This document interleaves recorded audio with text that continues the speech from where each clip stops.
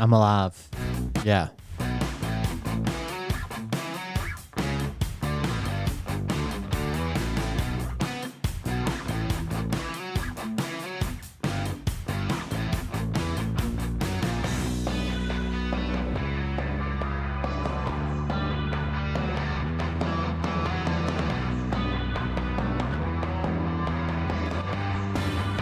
I've been watching a lot of The Office. You're right. Good call. The Canadian exchange rate.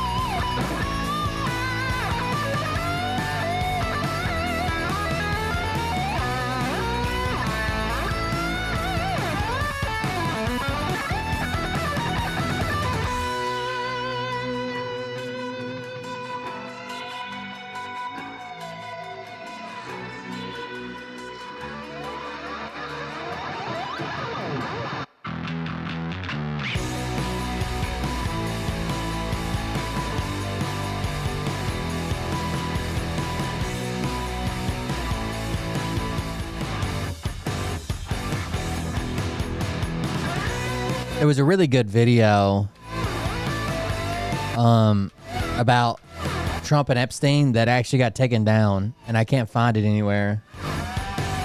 It was on TikTok.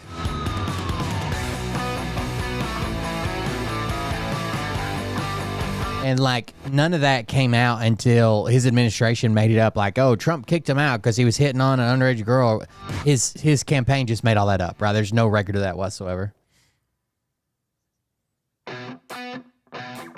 What you think about when you're born into a fire? Let them burn it out. Sell them to the richest buyer. They wanna let the world decay. They tell us lies and fade away, fade away. We feel betrayed. We were raised to lose the race. Wake at the back of the pack, kill it anyway. Listen up, This is so funny. They're having a on this episode of The Office. They're having a bachelorette party and a bachelor's party, and they're supposed to get a male stripper. Instead, they get an educational reenactor of Ben Franklin. I don't know. It's stupid. I'm hoping that the account name is Nick Mullen. He does all those cartoon videos. I'm hoping he wins his appeal and that it gets put back up. I think it's Nick Mullen. Is that the name of the account?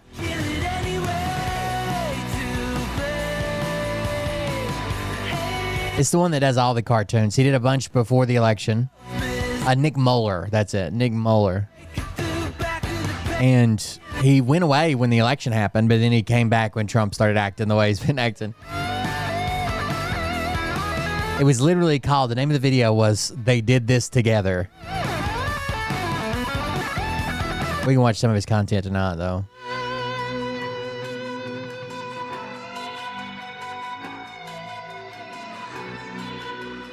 I don't think he has any other social media besides, he might have an Instagram.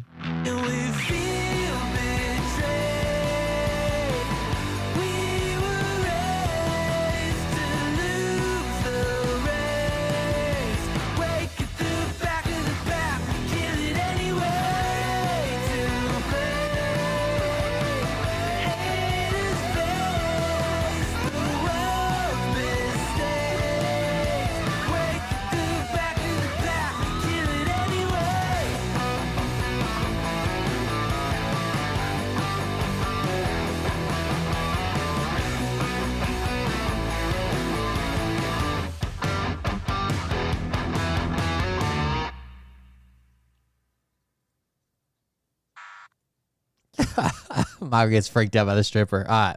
we gotta get started. Hey daddies, it's me, the Linda Binda from TikTok. I wanted to make this video because I wanted to thank you for watching Cold Beer Confessionals with Will Bird. I think that's just incredible. I've watched a few episodes and I'm just like very intrigued. But you know what I'm most intrigued in is Big Daddy's meat stick. I heard that it's very thick, like a good old German sausage. You know, Linda and her coochie loves that. Oh, never mind. Let's not go there. Anyways, I hope you have a good show and enjoy it as you can. There's a lot of weird things that go on, especially when it comes from the realm of Linda Bindaland. So, enjoy the show. Thanks for watching. Peace out. Welcome, everybody. I'm Will Bird, and this is the Cold Beer Confessional, back from the grave. It's been a mess, dude. I've had some stomach issues, but I think I'm finally feeling better. So I was having stomach issues, and then I really overdid it a couple of days, like working. It got super dehydrated, so that didn't help. Like to the point where I was like dizzy and shit. So, anyways, I'm back now. Rested for a couple of days. Feel better. Not 100%, but better than I was. And back. So thank you guys for joining us. If you want to support the show, we'd greatly appreciate it. Do that. Coldbeer.fund, coldbeer.fund. Someone said, is anyone going protesting on Saturday? So someone just reached out to me locally, and I haven't responded back to them because they reached out to me when I was sick about protesting in my tiny little town, and if I thought it was safe, and if I'd be interested in like going to it, which I am interested in going to it and streaming it. The part that I don't know about is it safe, right? Like, this is a tiny town that is super, super, super pro-Trump. I don't think that, like, the cops would show up and fuck with anybody. I do think that if you're standing on the side of the street, like, people are going to come by and throw shit at you. People may stop and try to incite violence. People would definitely be yelling and screaming shit, trying to piss people off. There is a town not far from me, Johnson City, where most of the protests and stuff happen. There are not many in my hometown, so we haven't exactly decided that yet. But I will be streaming it if I go, if it works out. I asked my nephew about it. He's really into that. A lot of politics and stuff around politics. I asked him if he had heard anything, and he said he was sure there was a bunch going on in Johnson City. So we'll see. So we'll see what happens. Anyways, thank you guys for joining us. I'm Will Bird. This is Cold Beer Confessional. Like I said, you can support the show if you want to. That's how I pay the bills. Coldbeer.fund. We greatly appreciate it. Thank you for the donations of people who donated while I was sick. I don't really make money when I can't stream, so thank you for the donations. People that donated when I was sick. I appreciate it. This is the channel I was talking about. He makes these. I think he uses AI art. He makes some really good ones. We watched quite a few before the election. Uh-oh. Thank you very much for the donation. I appreciate it. 2,000 bits? What's going on, everyone? Damn it. That's not right. You should have done that. Having a bad This is day, like a so. it's like a 4.5 minute alert. You doing? Oh yeah. Oh yeah. Let's get it on, everyone. Oh yeah. This is the worst alert. Oh yeah. Get away from my head. Let's get it on. Let's get it on. Oh yeah. Let's get it on. Oh yeah.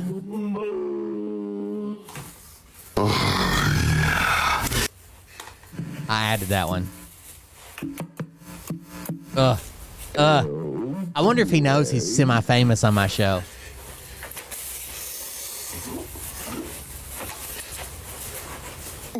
Royal. Walla Walla Bing Bang.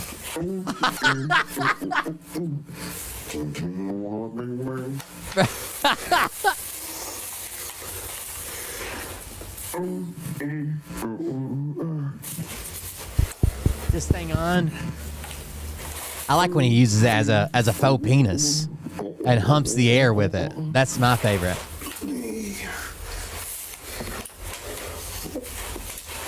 Fencing time.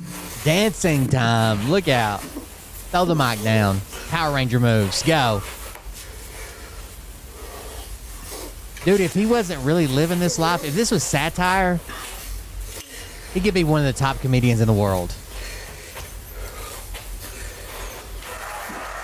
He needs a manager. That's what he needs. I'm out of breath.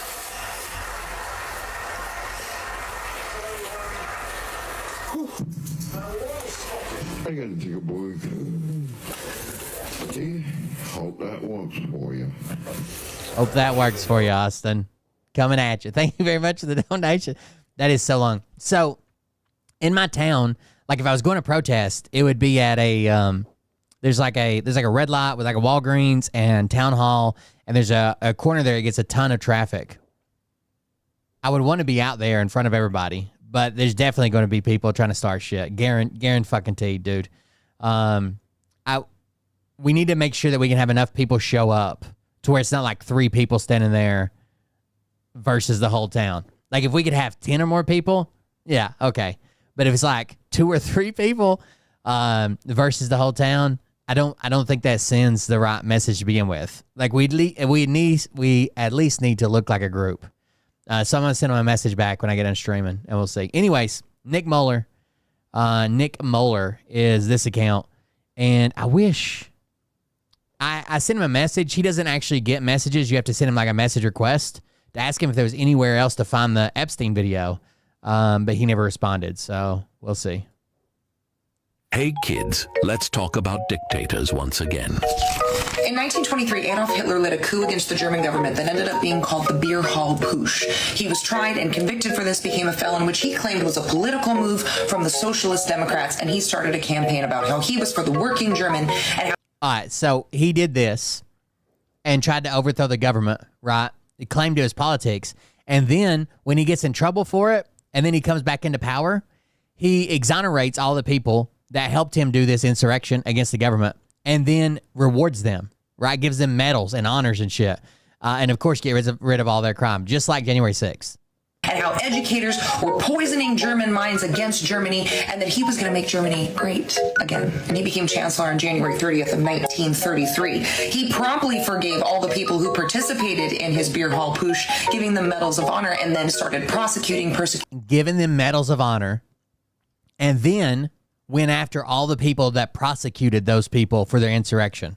And killing all of the law enforcement who resisted his coup. By April 7th of 1933, he passed what was called the Law for the Restoration of Public Service, which rolled back work protections, allowing all public service to discriminate against women and people of color, and only people who were of Aryan descent who pledged loyalty. He's using this woman's voice, Monte Mater, because it says, I had a video planned around this, but she did a way better job of explaining it, so he just did the graphics for it and using her audio. To Hitler could work in public service. Now he was able to control the government by making oligarchs part of his head of government, and he demonized minorities, saying it's us versus them. He chose the Jews because they were a relatively small minority, and the LGBTQ community, which was thriving in Germany in the 1920s, include having the first trans surgical clinic that the Nazis burned to the ground. They also banned and burned any books that they considered degenerative or immoral, which just means that they acknowledged that gay people and trans people are real and talked about their experiences. They also burned and canceled any book that There's so many similarities. Not currently with like the final solution, right? Like when people say like, hey, he's kind of acting like a fucking Nazi, and people are like, oh yeah, the concentration camps and killing 6 million people. No, obviously we're not there yet. But if you look at his rise versus Trump's rise, it's almost fucking identical. Classism. Within the first year, he was able to roll back civil liberties basically entirely, and because he felt that manhood was under attack from these independent German women, protections for women were rolled back in the public sphere, especially reproductive rights, and doctors who administered abortions could get the death penalty. Women were told your life is your country, your family, and your home, and very shortly after that, laws were passed to restrict women to simply life in the home, because obviously men don't want to compete compete against women in the public sphere. And members of the LGBTQ community, in addition to being demonized the same way that the Jews were packed up and shipped to concentration camps, especially gay men, since it was thought that lesbians could be forced to reproduce. And I say all that to say that then the German army was militarized against the German people and anyone who decided to do the right thing and protect these minority groups. Oh, really? The army was mobilized against people who stood up for those that he was trying to attack? That's wild. And now Pete Hegseth is talking about sending the Marines into LA for violent protests so violent, in fact, that my friends in LA in certain neighborhoods didn't know the protests were happening until they saw it on social media. There's no violence. It's a claim to cause martial law, and if Gavin Newsom stands against them, he will likely be arrested. Because Donald Trump also just signed an executive order taking over the National Guard to bring the National Guard in whether Gavin Newsom wants them or asks for them or not. It is a ploy to impose martial law, to use the military against citizens. There is no reason that active military should be against citizens exercising their rights. Hey kids, let's talk about dictators. So these are the videos he does. I wish I could find the one where he keeps showing examples, and he says over and over again, they did it together. Then he talks about a different party they were at. They did it together. Then it talks about the lawsuit that was against both of them with a 13-year-old claiming that she was passed around, basically. They did it together. And he keeps coming back to that, almost like a chorus in a song, like they did it together. But I can't find it anywhere other than this page, and it got taken down. The disturbing story of Lil Donnie's deep, throbbing desire to deploy the military. Travel back to the year 2020 with me. Donald Trump was in the White House, and once again, he was unable to keep peace in America. The Black Lives Matter. So I tried to explain this on Twitter to literal fucking retards, okay? If you're going to say, hey, Gavin Newsom, how come your city's always burning when you're in charge? You cannot lay that down against Gavin Newsom without also blaming Trump.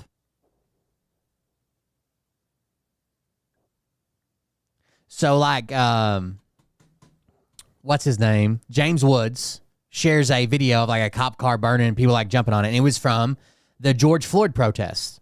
And I was like, well, this is not even from this current protest. Then someone's like, oh, yeah, you idiot. It's still under Gavin Newsom. Gavin Newsom. Yeah, and they were both under Trump.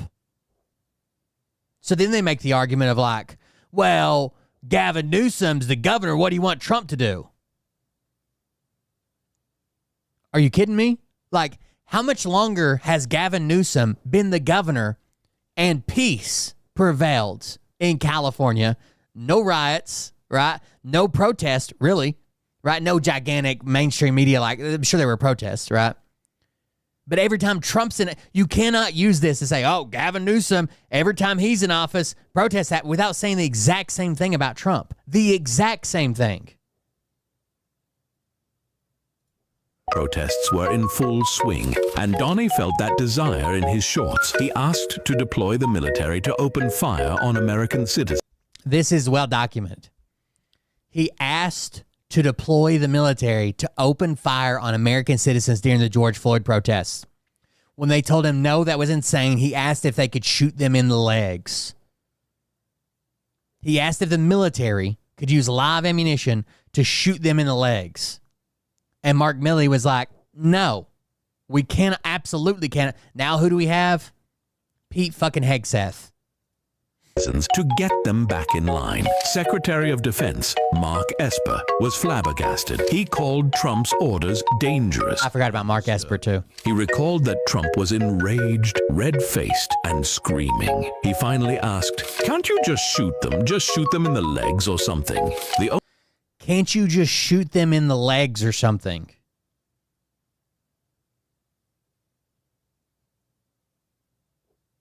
Only reason he didn't get his wish was that Mark Esper and General Mark Milley stood their ground. They were the calm. Mark Esper and Mark Milley refused. No, we cannot do this. We will not do this. And Trump was kind of locked in. What does he do? Come out and say, hell, I want to deploy the military. But my Department of Defense and fucking top general, right? Mark Milley said, no, we can't. So he just quietly lets it be handled in other ways, right? Now he's got fucking Pete Hegseth. What do you think Pete Hegseth's going to do? Adult voices in the room. Esper and Millie both recounted that their only reason for staying in their jobs was to protect America from Donald Trump. And now there is no Chairman of Joint Chiefs of Staff. Mark Esper in the room. There is no Mark Milley. We are out of Marks. Do you know who stands between the American people and Donald Trump ordering the military to shoot us in the leg? Pete fucking Hegseth. Let that sink in. The disturbing story of Lil Donnie's deep, throbbing desire to How crazy is that?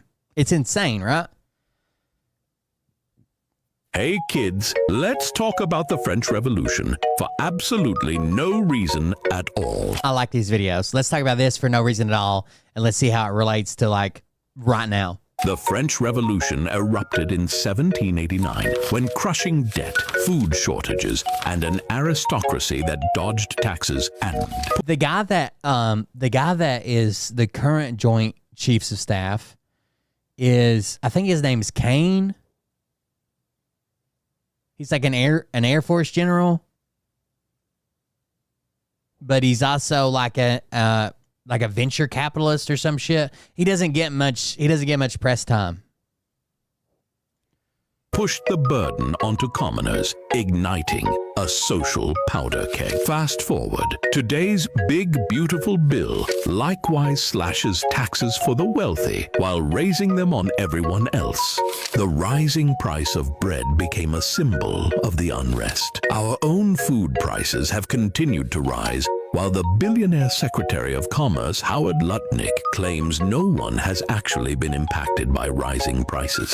Back then, the Parliament of Paris voided reforms and gutted state finances. Our own leaders defund oversight agencies that don't toe the line. France's nobles muzzled the press and jailed critics. Donald Trump has called for jailing reporters and pressured multiple news outlets. French troops beat and shot protesters. See Los Angeles right now. Aristocrats enriched themselves through scandals that bankrupted the nation. Trump, meanwhile, has raked in millions via a high-profile crypto scheme and tried to coax Qatar into buying him a $400 million jet. Louis the I don't think it would have been either. Or playing favorites. They just charged a local restaurant here. You can look it up. It's called like Red Ginger Chinese Restaurant or whatever. It's in a town called Elizabethton. It's spelled like Elizabeth Ton, T-O-N. But we pronounce it Elizabethton. But they just charged the owners of it with a couple felonies for like hiring illegal workers that worked there. Now, the restaurant was back open on Wednesday and tons of people were there, even though we're in a super red area. It just seemed like people didn't care. But it got raided. I think there was like 4 employees there or something that were illegal. And they're facing felony charges. But Kid Rock's restaurant in Nashville got raided. They pulled like 11 illegal immigrants out of it. Nothing. No charges, no speech, no statement, no nothing. Or what the fuck's up with that? 16th centralized power by decree. Trump, through executive orders of dubious legal merit, aims to shutter independent agencies and embraces the unitary executive theory, centralizing all power with the president. By the way, I don't know if you heard him say the other day, but it was pretty scary that he said we're going to have troops everywhere. And the way that he politicized his speech at Fort Bragg was disgusting. And treating the presidency like a crown. Interesting set of parallels. No. Hey kids, let's... All right, I just found an article on Kane just from a few days ago. This is one of the problems with making a series of brazen and hyperbolic claims is that it can be hard to keep everyone on your team on the same page. A few Trump administration claims have been as brazen as the idea that Venezuelan government has engineered an invasion of gang members in the United States. This claim forms the basis of the administration's controversial efforts to rapidly deport a bunch of people it claimed were members of the gang Tren de Aragua without due process. But one of the central figures responsible for warding off such invasions apparently didn't get the memo. At a Senate hearing on Wednesday, Joint Chiefs of Staff Chairman, retired Lieutenant General Dan Kane, acknowledged the United States isn't currently facing such a threat. Quote, I think at this point in time, I don't see any foreign state-sponsored folks invading, Kane said in response to Democratic questioning. This might sound like common sense, of course. The United States isn't currently under an invasion by a foreign government. You'd probably have heard something about that on the news. Of course, but this is how he has to do it. But the administration has said repeatedly and in court that it has been under invasion. When Trump invoked the Alien Enemies Act to rapidly deport migrants without due process, the law required such a foreign invasion or predatory incursion to make his move actually legal. And Trump said that's what was happening. The result is a hybrid criminal state that is perpetuating an invasion of and predatory incursion into the United States, and which poses a substantial danger to the United States, reads the proclamation from Trump. It added that Tren de Aragua's actions came both directly and at the direction, clandestine or otherwise, of the Maduro regime in Venezuela.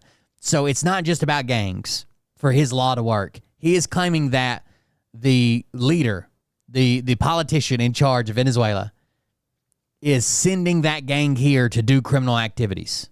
That's the only way his invasion theory works. So the White House said Tren de Aragua was acting in concert with Maduro regime to invade. Kane now says state-sponsored folks aren't invading.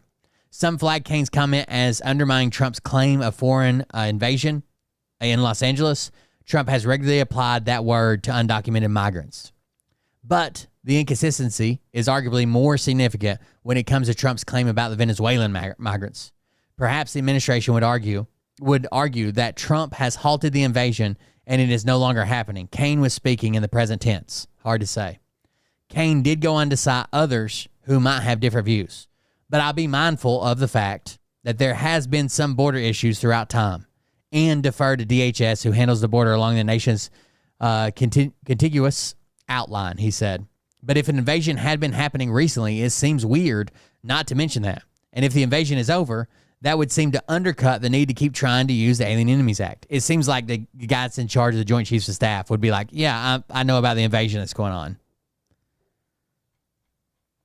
There was also, have we ever played this? Hold on.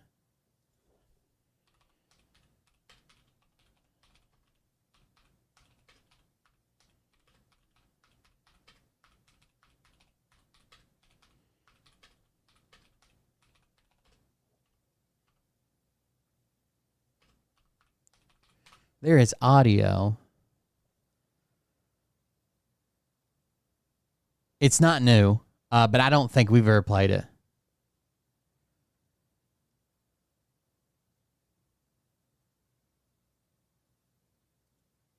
Listen to this audio.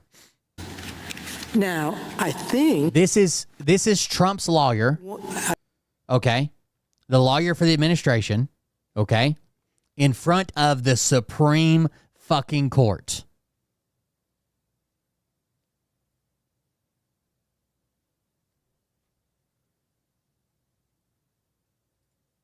I think this is the clip I want. Hold on. Okay, yeah. Listen. and your answer below, I'm going to give you a chance to say, if you stay by it, if the president decides that his rival is a corrupt person and he orders the military or orders someone to assassinate him.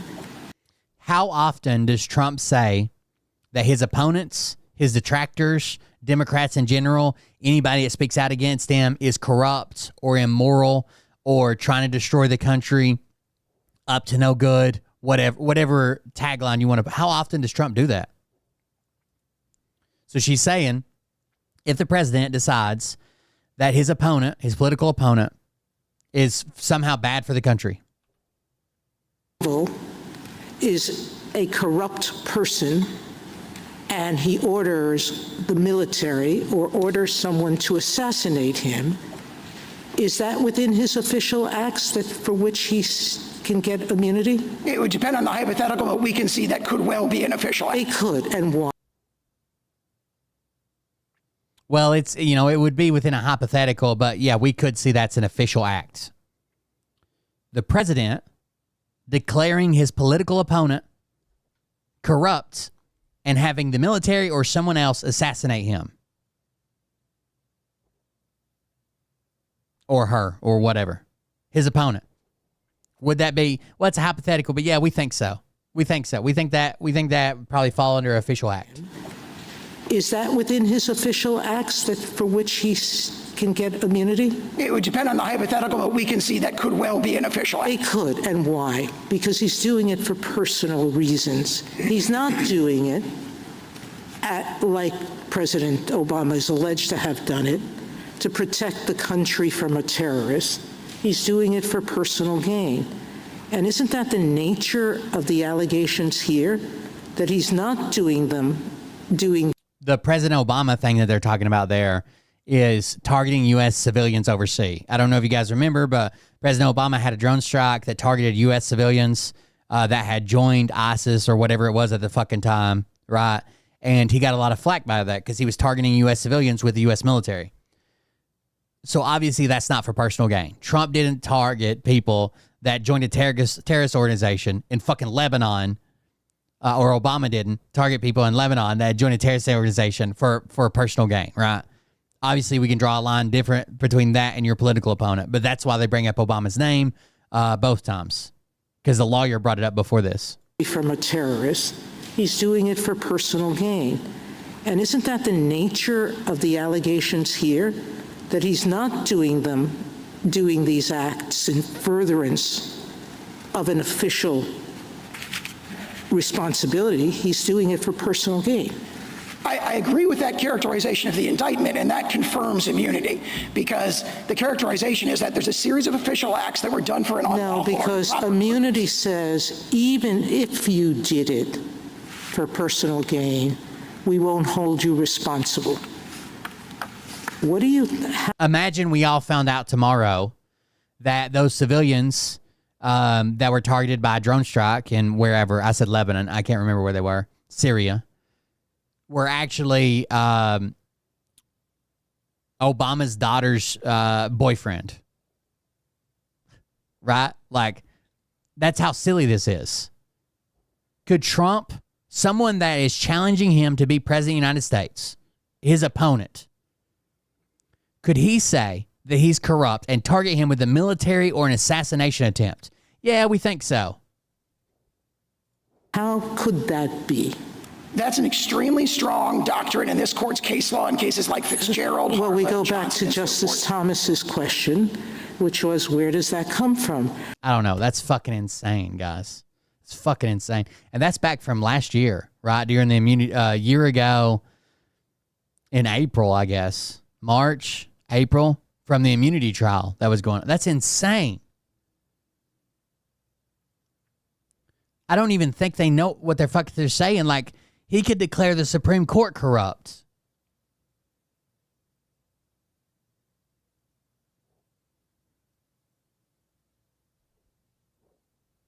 The Art of Distraction. How Donald... By the way, I do 100%. So, as far as I know, LAPD, before that Trump brought in the military, LAPD had reported zero injuries. Okay? ICE has reported some pushback, 0 injuries. LAPD said we got it handled, right? We're sending out support for ICE to help with crowd control. We're not doing ICE's job. We're helping with the protesters, right? Law enforcement was helping with ICE. ICE was doing their job. Yeah, we saw some rocks thrown. Yeah, we saw a car on fire. I know that's super fucking scary. Freedom's scary. Sorry. But there was literally no reason to escalate this all the way to the military. I 100% believe that he did this because his name was coming up with the Epstein list. And that's all people were talking about at the time. The Art of Distraction. I think they threw everything at the wall. I think that's why that's the day that Abrego Garcia comes home. I think that's why he's like, we got to get the military out there. Maybe we'll do Marine. I think everything was to get attention off his name being tied to Epstein. Whether it's true or not, he didn't want that bad press. Action. How Donald Trump uses violence to escape responsibility. Biden should have. God, that would have been wild, dude. I'm not saying it would be good for our country. It probably would in the long run, But you got to think about what connotation that sends down the line. Like, then how many people are we having assassinated? But Trump is so bad for the fucking country, so bad for the Constitution, so bad for, like, some presidents can be bad for, like, the economy, or be bad for you personally, or be bad for the poor, or be bad for the... He's, like, bad for what holds the fucking country together. If there was ever an argument to be made about, like, I don't know if this guy should be allowed, it's him. Responsibility. 3 days ago, the entire planet was remembering that Donald Trump and Jeffrey Epstein were best friends for decades. For the first time ever, journalists had actually grown a spine and started Now Elon's even apologized for the fucking tweets. asking him questions about this to his face. And then Trump sent his slime mold in human skin, Stephen Miller, to scream at ICE. Stephen threatened to fire Tom Homan, and So basically, from the inside, they basically sent Stephen Miller over to say, hey, we've got to ramp up these numbers. We got to get these numbers up high. You're at this level, we need to fucking orders of magnitude more. And that's when they need the manpower. That's when ICE goes in. That's when they come in with a full battle rattle. That's when they need support. That's when rocks get thrown at them. There used to be a time in this nation where if the government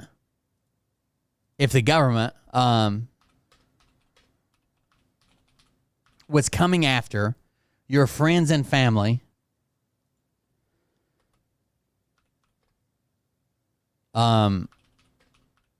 people would stand up and do, like they're doing in LA now. That used to be the right, dude. That used to be the right. The right used to be the ones that would stand up. Right? What is the oh shit. Let me see if I can find it.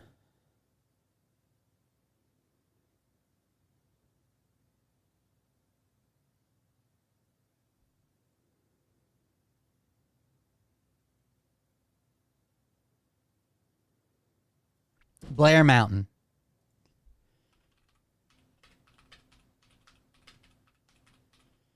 The Battle of Blair Mountain. Okay. It was the largest labor uprising in United States history and the largest armed uprising since the American Civil War. The conflict occurred in Logan County, West Virginia as part of the Coal Wars, a series of early 20th century labor disputes in Appalachia.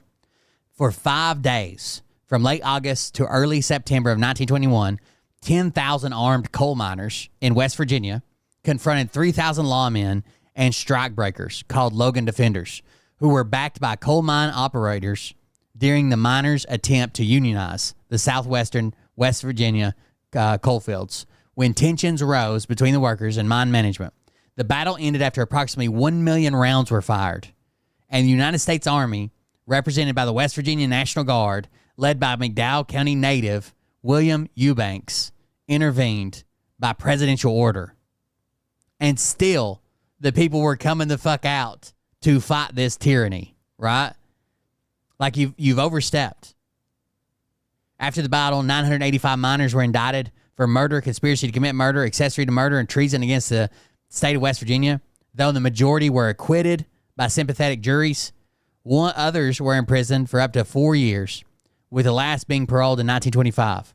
At Blizzard's trial, the unexploded bomb was used as evidence against the government, and they were dropping bombs on Blair Mountain. On coal miners trying to union. They were dropping fucking bombs.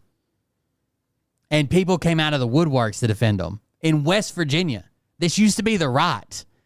The right was like, shall not be infringed, motherfuckers. And now they're like, yeah, get down there, bust some heads. I saw Benny fucking Johnson. Benny Johnson, who took the millions of dollars from Russia to make his bullshit videos, right, with Tim Pool and all those other guys, Tenet Media, deputized to deploy with ICE.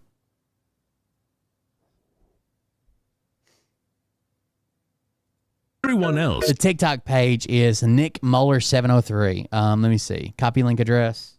I just dropped the link. Hold on. It's really good. The AI videos, they're well explained. They're kind of whimsical, right? You could just send it to somebody. If they watch it, they watch it. If they don't, they don't. But they're good. if they didn't increase their deportation arrest from 800 a day to 3,000 per day by next week. See if men in full tactical gear are beating brown people in the street. We're not talking about Donnie's decades of sexual violence. Clear, documented, 100% true, proven in court multiple times, sexual violence. This is the one tactic a narcissist excels at. It is whataboutism at its most insidious. He is quite literally sacrificing the lives of the poor and of minorities to avoid taking the slightest bit of responsibility for his own actions.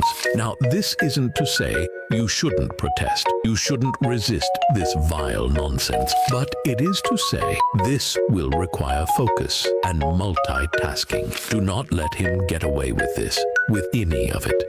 The Art of Distraction. How Donald Trump uses violence to escape responsibility. 3 days ago, It's insane, dude. Here in Tennessee, dude, there was a time when veterans took over a town. World War II veterans took over a town in Tennessee. Here's a story about it. Hold on, let's see. Can I read this story?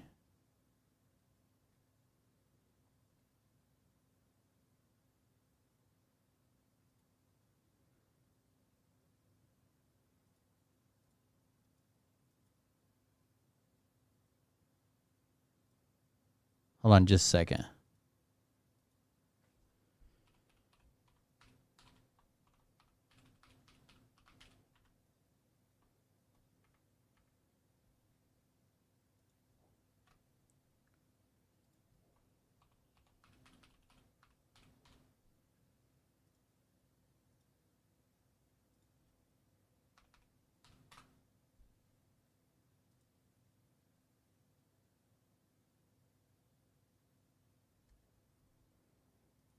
If it'll let me, hold on.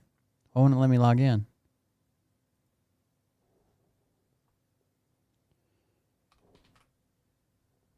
Fuck it. We'll find a different reference.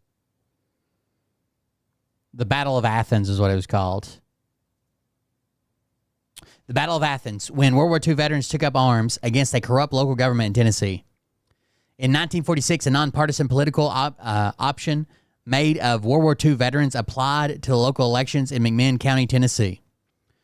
When they realized that the elections were being rigged, they took up arms and decided to defend their rights without relying on the state. In 1946, a small town of Athens, Tennessee became a true battleground as a siege was laid upon the town jail by a crowd mostly consisted of World War II veterans who decided to take justice in their own hands. As the local politics were plagued by corruption, police brutality, and electoral fraud. The political turmoil was present prior to the Second World War when an influential political figure from Memphis, Edward Hull, nicknamed Boss Crump, appointed Paul Cantrell as the candidate for sheriff in 1936. Cantrell won the election in what became known as the vote grab of 1936. Around that time, a system of fees was introduced in the sheriff's office, which meant that a fee would be paid per arrest. The system proved to be very dysfunctional. Shady arrests were made, often without substantial evidence, which also included numerous fines for drunkenness and fee grabbing from tourists and travelers on a similar pretext. In a period between 1936 and 1946, it's estimated that more than $300,000 amounted to these fees. And this is in the 30s and 40s. $300,000 in fees. In the meantime, Cantrell ran for state senate, leaving his trusty deputy, Pat Mansfield, in charge. The racket worsened, and the local population was greatly displeased. After several investigations by the U.S. Department of Justice failed to make a dent in the lucrative violation of authority, the situation reached its boiling point. During wartime, thousands of men from McMinn County, which includes Athens, joined the fight against fascism overseas. The shortage of able men led to low criteria in employing law enforcement officers, which often included ex-convicts with violent criminal records. Everybody was fighting the war in World War II, so the cops that were back home were not the greatest cops. As the war ended in 1945, around 3,000 soldiers from McMinn returned home, only to find that the corruptive local government was stronger than ever. Apart from the sheriff's office, the corrupt clique, controlled by E.H. Crump, held the local media, schools, and pretty much all the governmental institutions. The GIs decided to respond to this. During the 1946 local elections, they formed a nonpartisan political option stating their candidates.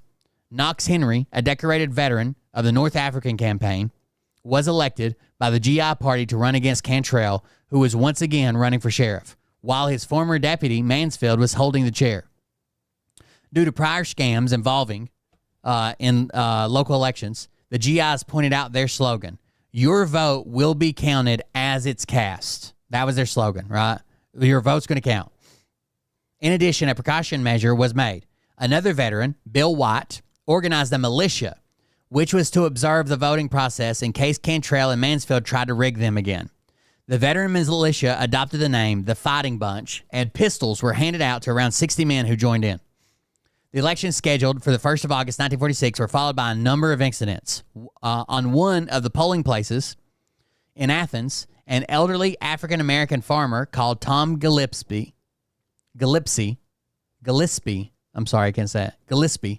was refused to cast his vote by Sheriff Mansfield's patrolman, C.M. Wendy Wise.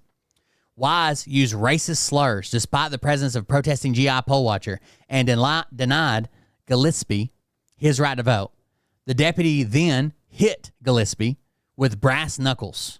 The farmer dropped his ballot and tried to run away. In response, Wise pulled out his gun and shot him in the back. This event sparked more quarrel.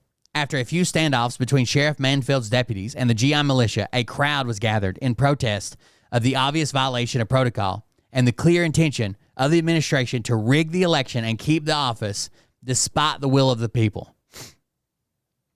The drop that spilled the cup was the arrest and brutal beating of Bob Harrell, who was one of the poll watchers. Harrell protested when a girl was brought in by the deputies to cast her ballot, despite the fact that she had no poll tax receipt and who was not listed in the voter registration.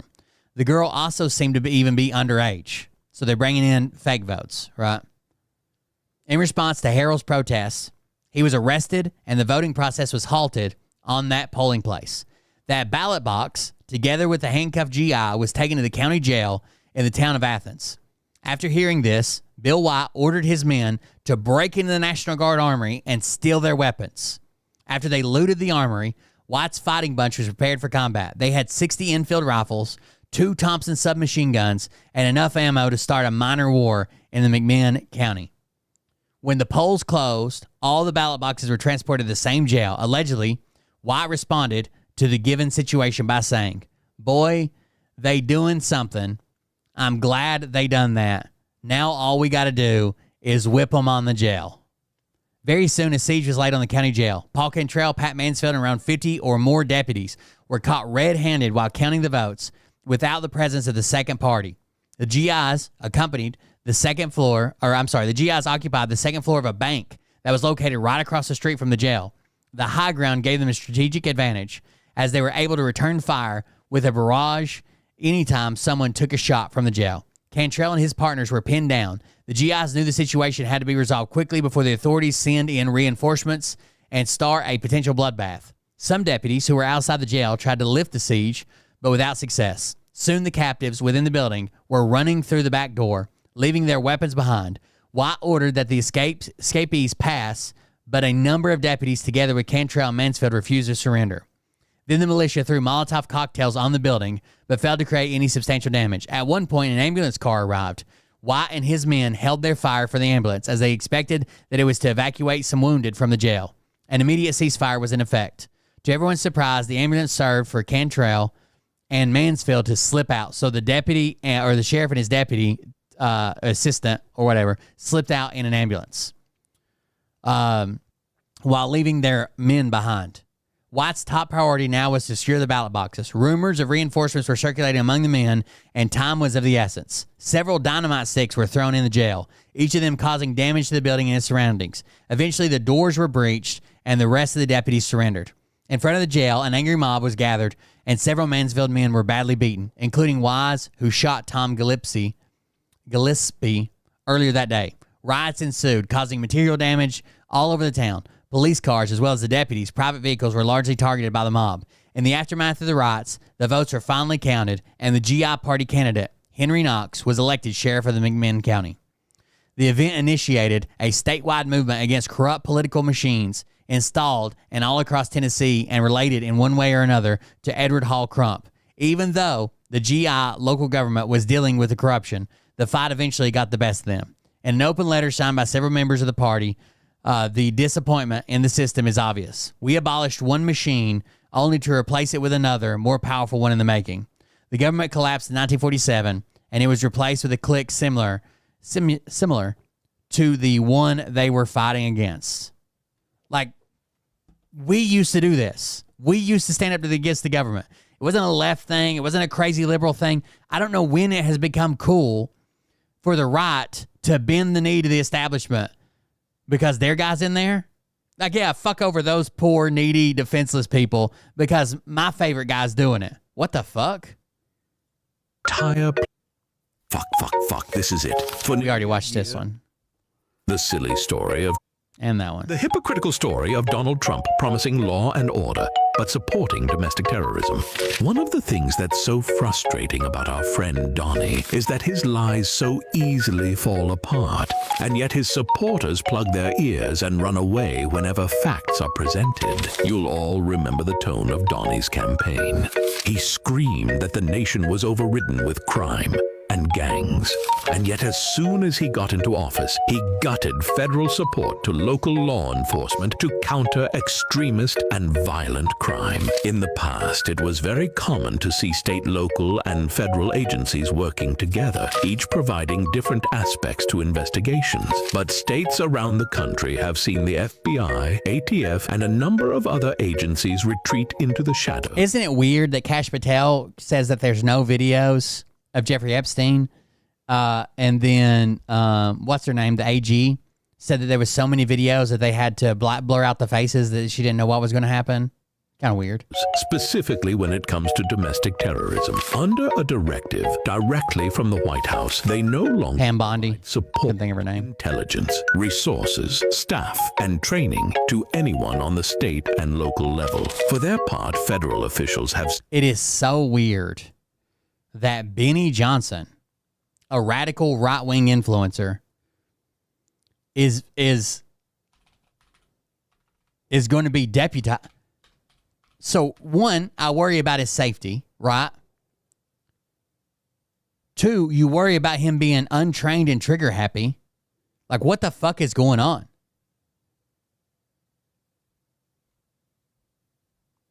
Hold on, I'll show you what he's been sharing.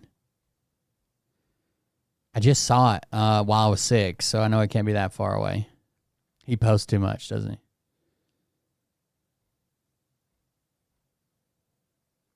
You know you're doing something right when the media is throwing a tantrum. Oh, yeah, you got us.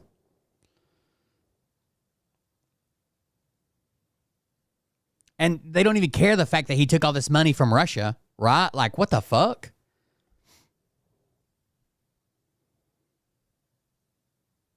Calling the question stupid. Of course the president supports. So if there were peaceful protests on Saturday for the military parade, President Trump would allow that? Of course the Wrong. President Trump said himself, anybody that protests the parade will be met with a heavy response, I think is the way he phrased it, just for protesting. president supports peaceful protests. What a stupid question. Raquel. So if there were peaceful Where's the video of him training and his name tapes and shit? Maybe it's not true. By the way, tons of people protest post-service in uniform, right? It's kind of the protest. They're usually already out of the military, and they show up in the uniform to protest. That's part of it. I know we had a discussion about it in Discord already. It's not stolen valor. It's not illegal. If you're showing up in your uniform, you're still in service, you're going to be in trouble for sure. Where is the shit Benny Johnson was sharing? Am I just insane? Did I make it all up? Epic. President Trump is currently at Fort Bragg. He even shared maybe he's just trolling. He shared he was training one day and then he shared a name tape or something. If this is true, this is fucking wild that they'd allow Benny fucking Johnson to do this. Of all people.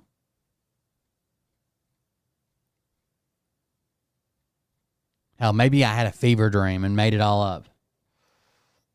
There he is. Reminder, you can do things. Today has just been unreal. Life is too cool. Beyond grateful to be part of something so kick-ass. You have one of those situations where you ask yourself, like, how'd I get here? And why am I so lucky? And you just feel really grateful. And that's me right now. It's kicks ass. Yep. Maybe he was trolling with his name tape and saying that he was going to be out there with us. I don't know. There it is. Preparing to deploy to Los Angeles. Like, what the fuck is this? Why does he even get any training with anybody? What the fuck is going on?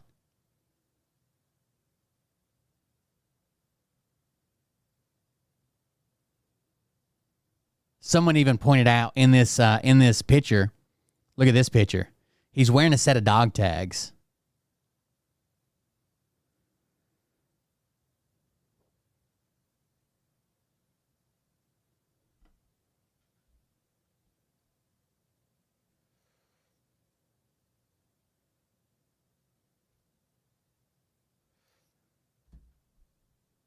I don't know what their fascination is with like pretending to be military or cosplaying as the military or saying, "Hey, deputize me, I'll go get those brown fellas." It's so disgusting.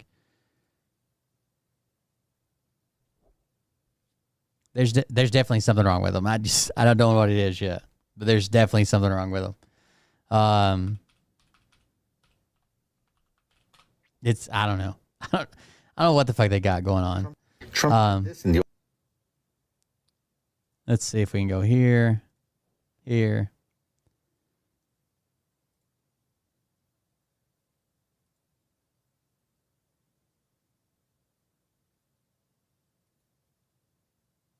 is a good video here.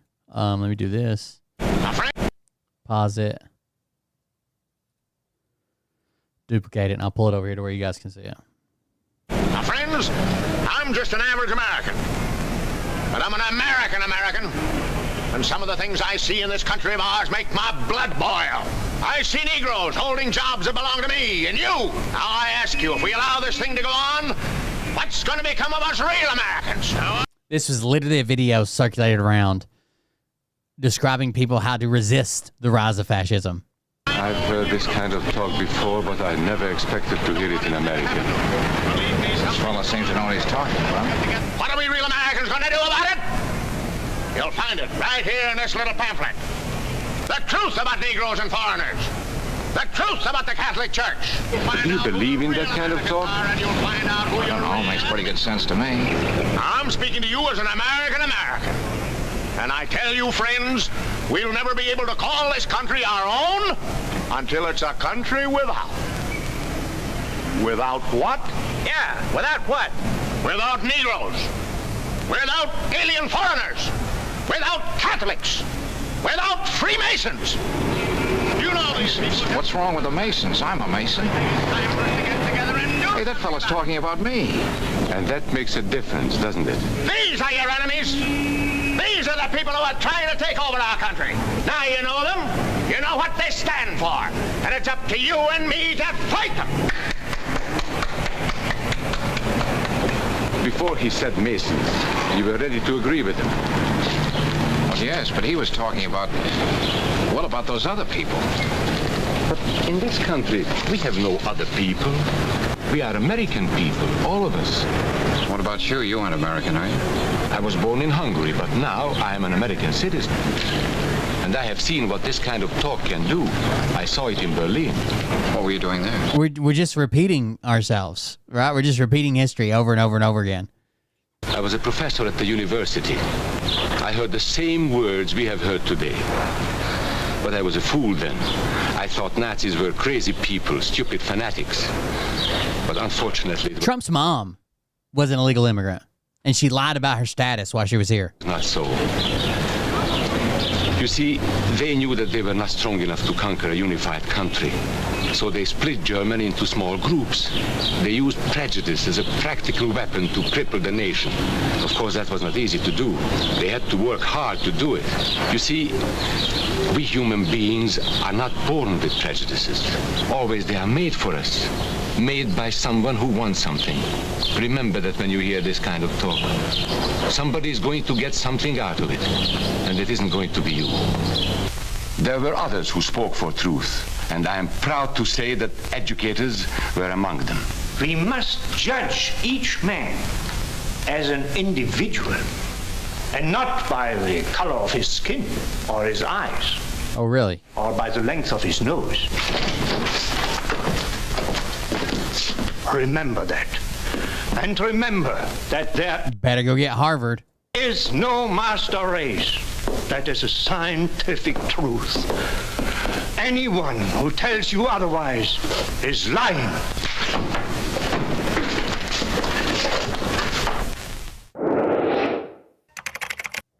Like, that was the infomercial that came out in the 1940s. And now it's more relevant than ever. We also have former soldiers, former Marines, fucking reaching out to the people on active duty. To my devil dogs. To my devil dogs. My leathernecks, my fellow leathernecks, Marines, listen to me. This is an old Marine here. 2nd Battalion, 3rd Marines. 0311, Infantry. 2531, Field Radio Operator. Went to training down there in 29 Palms, California. 29 Stumps, what we call it. Listen to me. 2nd Battalion, 7th Marines. We don't follow unlawful orders.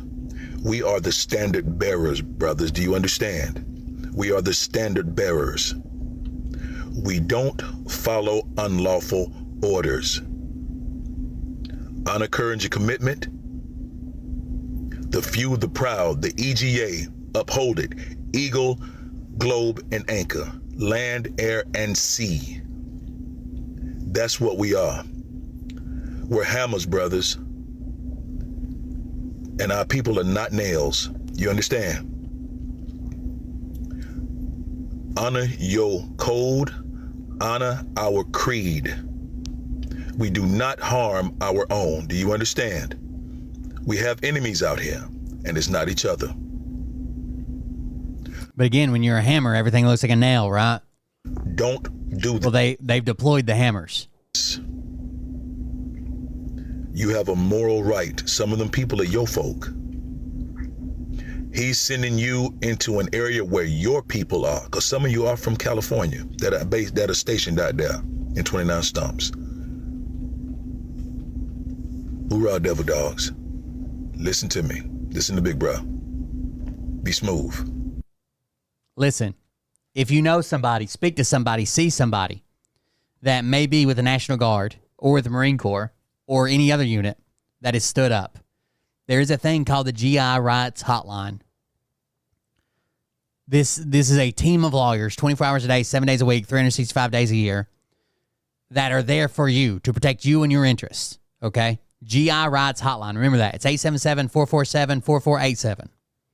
877-447-4487. Whether you need to be a conscientious objector or whatever it may be, they are there for you. Will you still get punished under this administration? Probably. Could you still be kicked out under this administration? Probably. But at least protect yourself legally, okay? If that's something that you feel the need to do.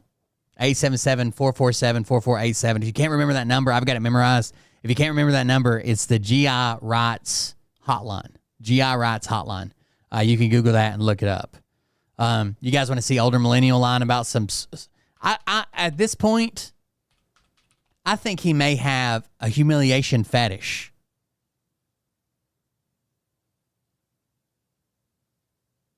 I think he may have a humiliation fetish. Like, he doesn't even try to be right. He just repeats memes.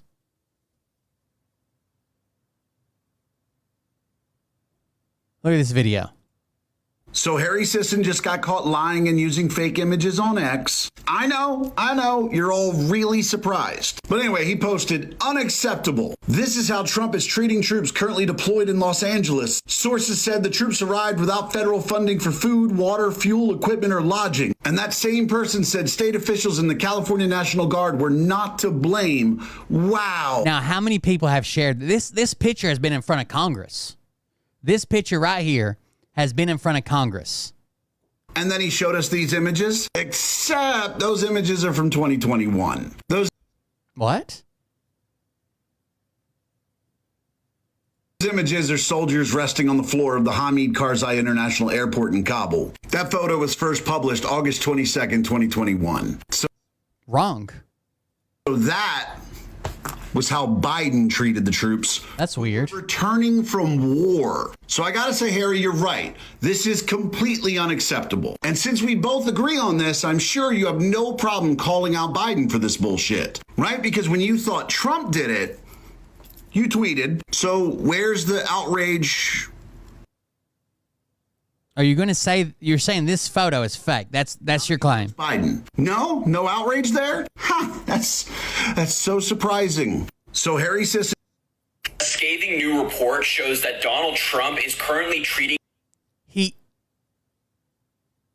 He tries to call out their unit patch. The National Guard in Los Angeles like garbage. So Harry's bots are doing everything they can to delete any comment calling him out for this lie. So let me just go beyond the fact that the metadata points out this was for 2021. Okay, that metadata is bullshit, first of all. In fact, let me just show you an image that cuts through all this bullshit real quick. So this is the patch of the California.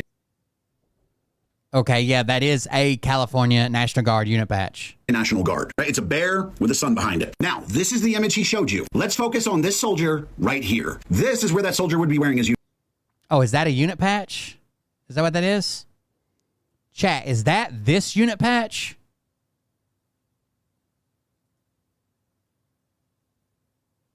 Is that unit patch right there?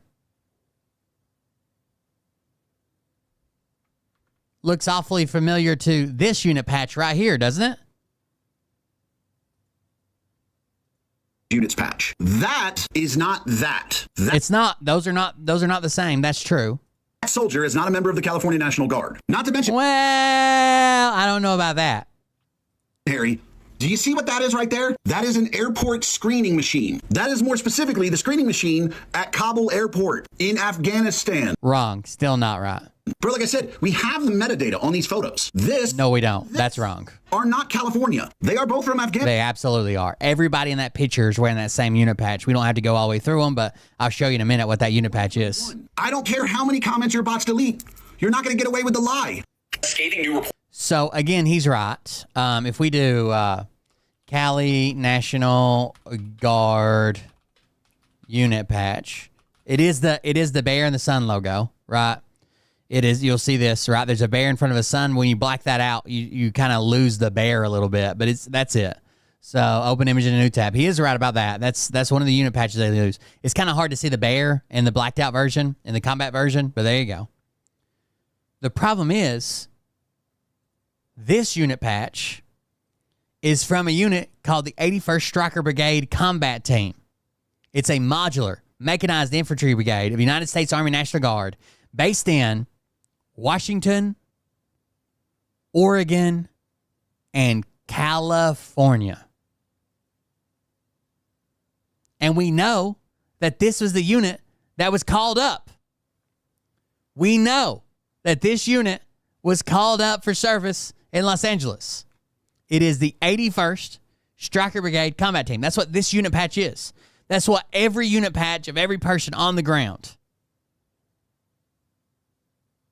But here's what I don't want you to get hung up on. I have slept on floors around the fucking world. I know this seems really weird for like people who haven't served in the military. But it's normal. And maybe you have something against the whole system. That's fine. Maybe soldiers should be treated better or whatever. If you give soldiers 20 minutes of downtime, they're going to find a place to hydrate and sleep. Maybe change their socks, right? I have slept every deployment I've ever been on, slept on the floor. Every training mission I've ever been to, slept on the floor. Every school I've ever been to, slept on the floor. It's just part of it. Contracts will come through. They're slow. They'll get them cots. They'll get them hotel rooms. It's not as big as own for people in the military. They know that's what it's like, right? I understand it's a gotcha to say, hey, they could have been better prepared and had them hotel rooms. That's just not how the Army works. Okay. Sorry. That's not that great. We need to focus on the people that are trigger happy, the people that are doing this shit and shooting people and provoking people and all that shit.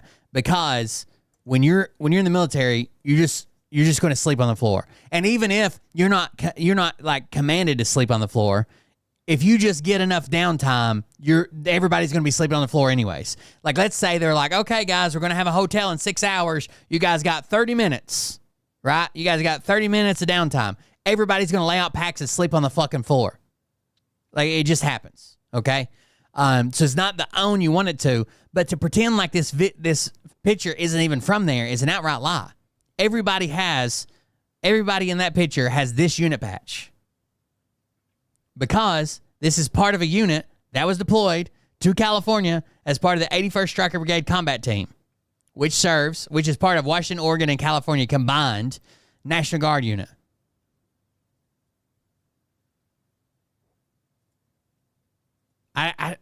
Is it humiliate? Is he any humiliation? His sources are memes from the internet. Like, he just finds a meme that says Harry's wrong, and he repeats everything in it. He doesn't fact check it. He doesn't read about it. He doesn't look at it. He doesn't do anything with it.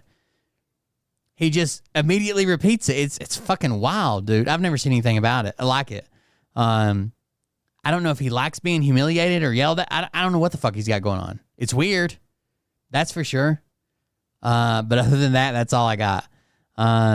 He is definitely into something weird being yelled at. What is this?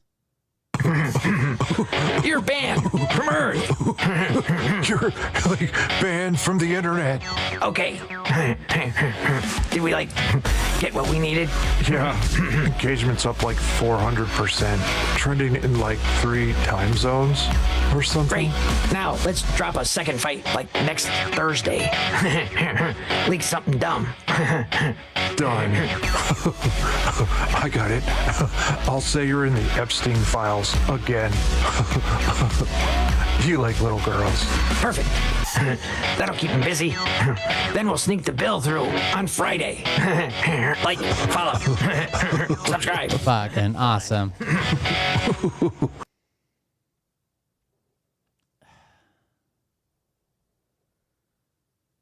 How did we get stuck in this alternate timeline?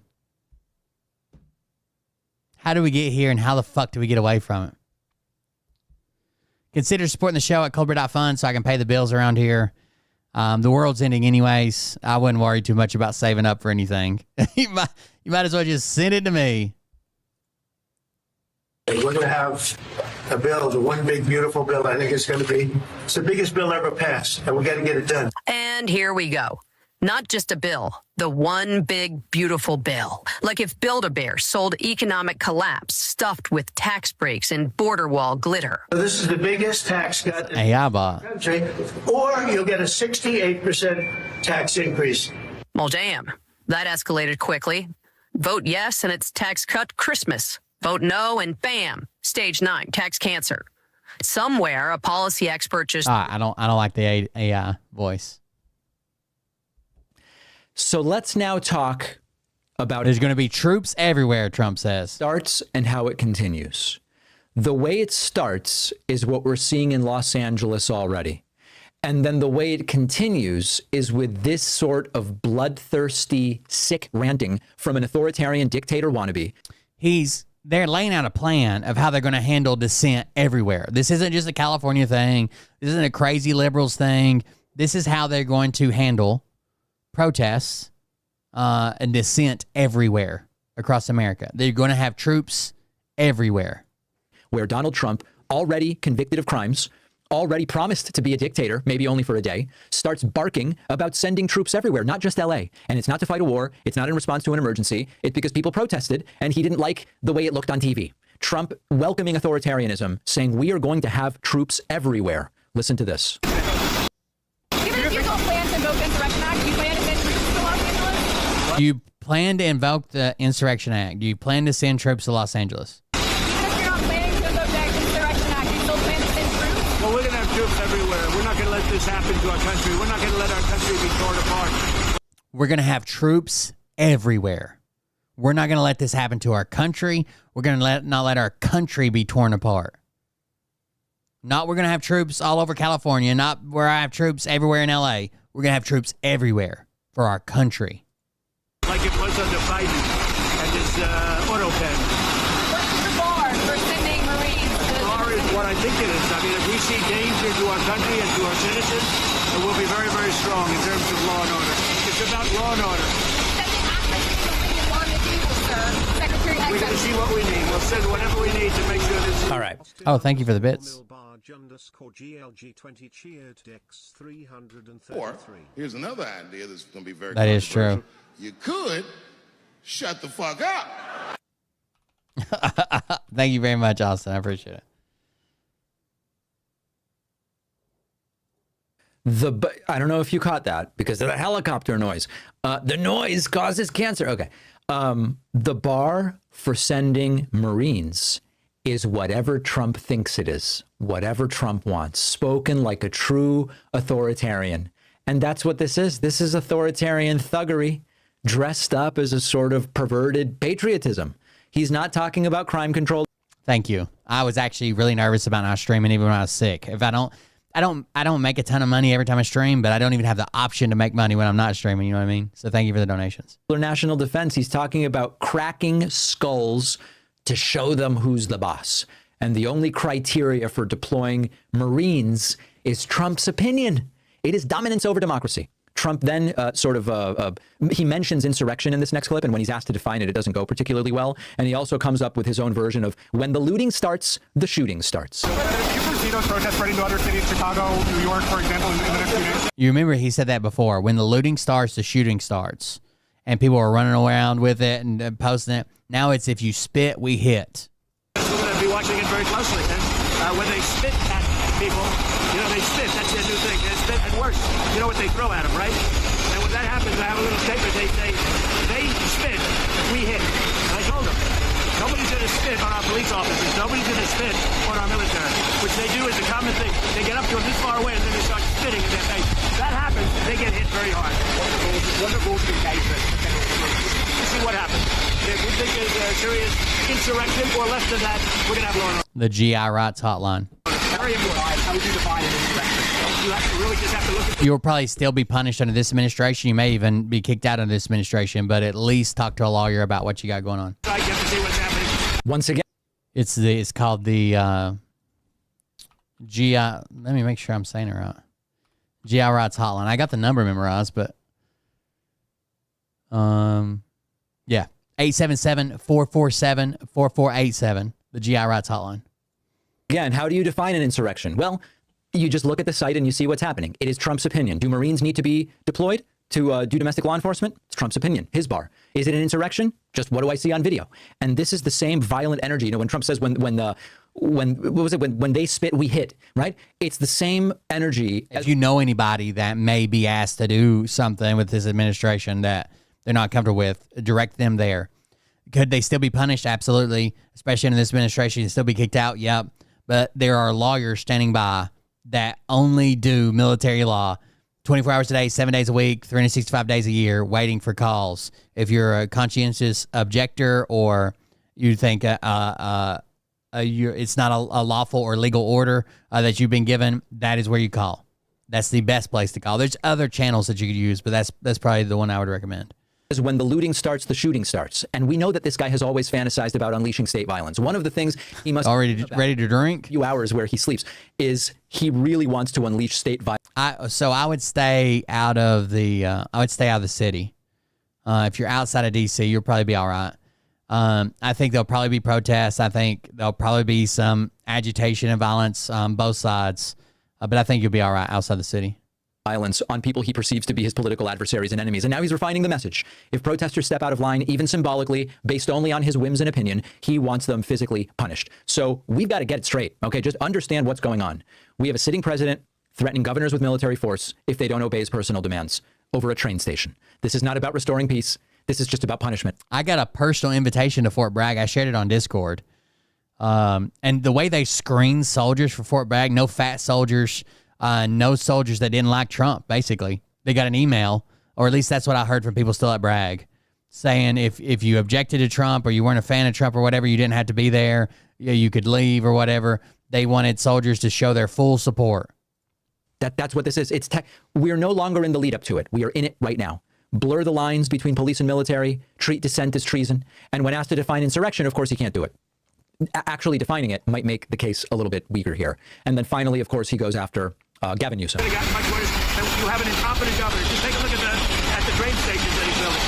Like 20 times over budget. Nobody's ever seen anything like it. So I did call him the other night. I said, look, you got to take care of this. Otherwise, I'm sending in the troops. That's what we did. Thank you very much. You have a question for Marco?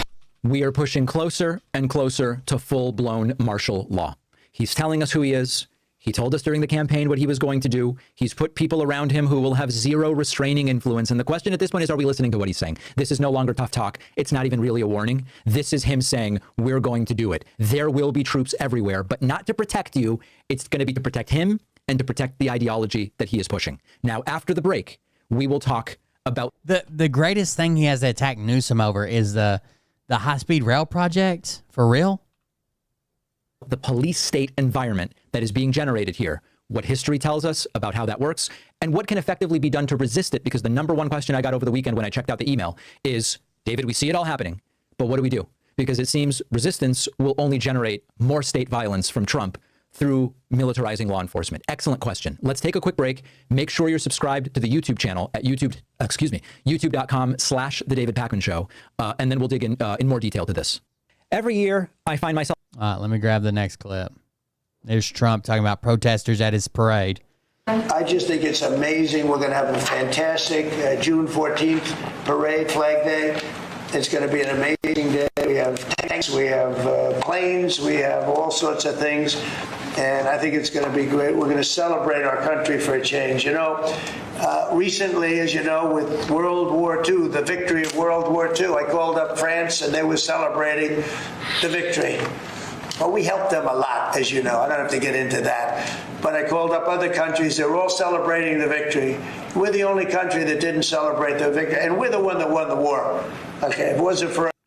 We didn't celebrate a World War II victory? Is that what you're saying? That war, well, you would be speaking German right now, okay? We won the war. And you might be speaking Japanese, too. I mean, you might be speaking a combination of both. We won the war, and we're the only country that didn't celebrate it. And we're going to be... You mean like VE Day? Or what are you talking about? Celebrating big on Saturday. We're going to have a lot of... And if there's any protest that wants to come out, they will be met with very big force. By the way, for those people that want to protest, they're going to be met with very big force. And I haven't even heard about a protest, but... There it is. Listen. Saturday. We're going to have a lot of... And if there's any protest that wants to come out, they will be met with very big force. By the way... Any protesters will be met with very big force.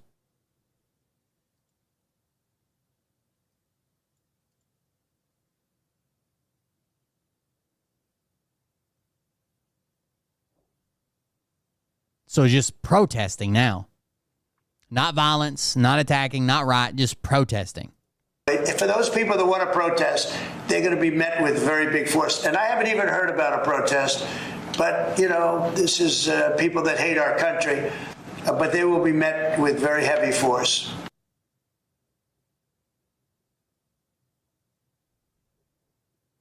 It's insane, dude. This guy's a fucking lunatic.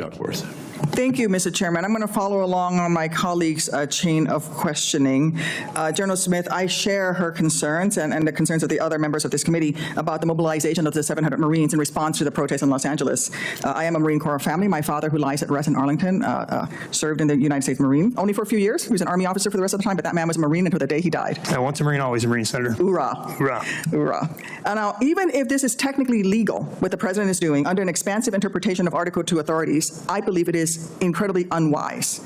I don't condone violence or property destruction, but using active duty Marines for domestic protest response sets a dangerous precedence.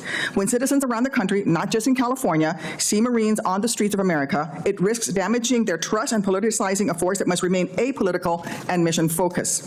President Trump is asking Marines to be away from their families for a situation that the president himself said yesterday was, and I quote, this is what he said yesterday, simmering but not very much, end quote. Do you, General, have any concerns about the moral injury of Marines who are now being tasked to face Americans and deploy their community in an unprecedented way? And what are you doing to address those mental health concerns? Dude, I couldn't even imagine, like, the whole time I was in, and I was in the National Guard and in the Army, I never faced U.S. citizens. I couldn't even fucking imagine. I've responded to, like, natural disasters and shit like that, ran chainsaws and delivered water and shit. Never. Senator, Marines will execute their lawful orders. I don't have any concerns that about their moral. I do. Damage. They're executing lawful orders that they're trained to do.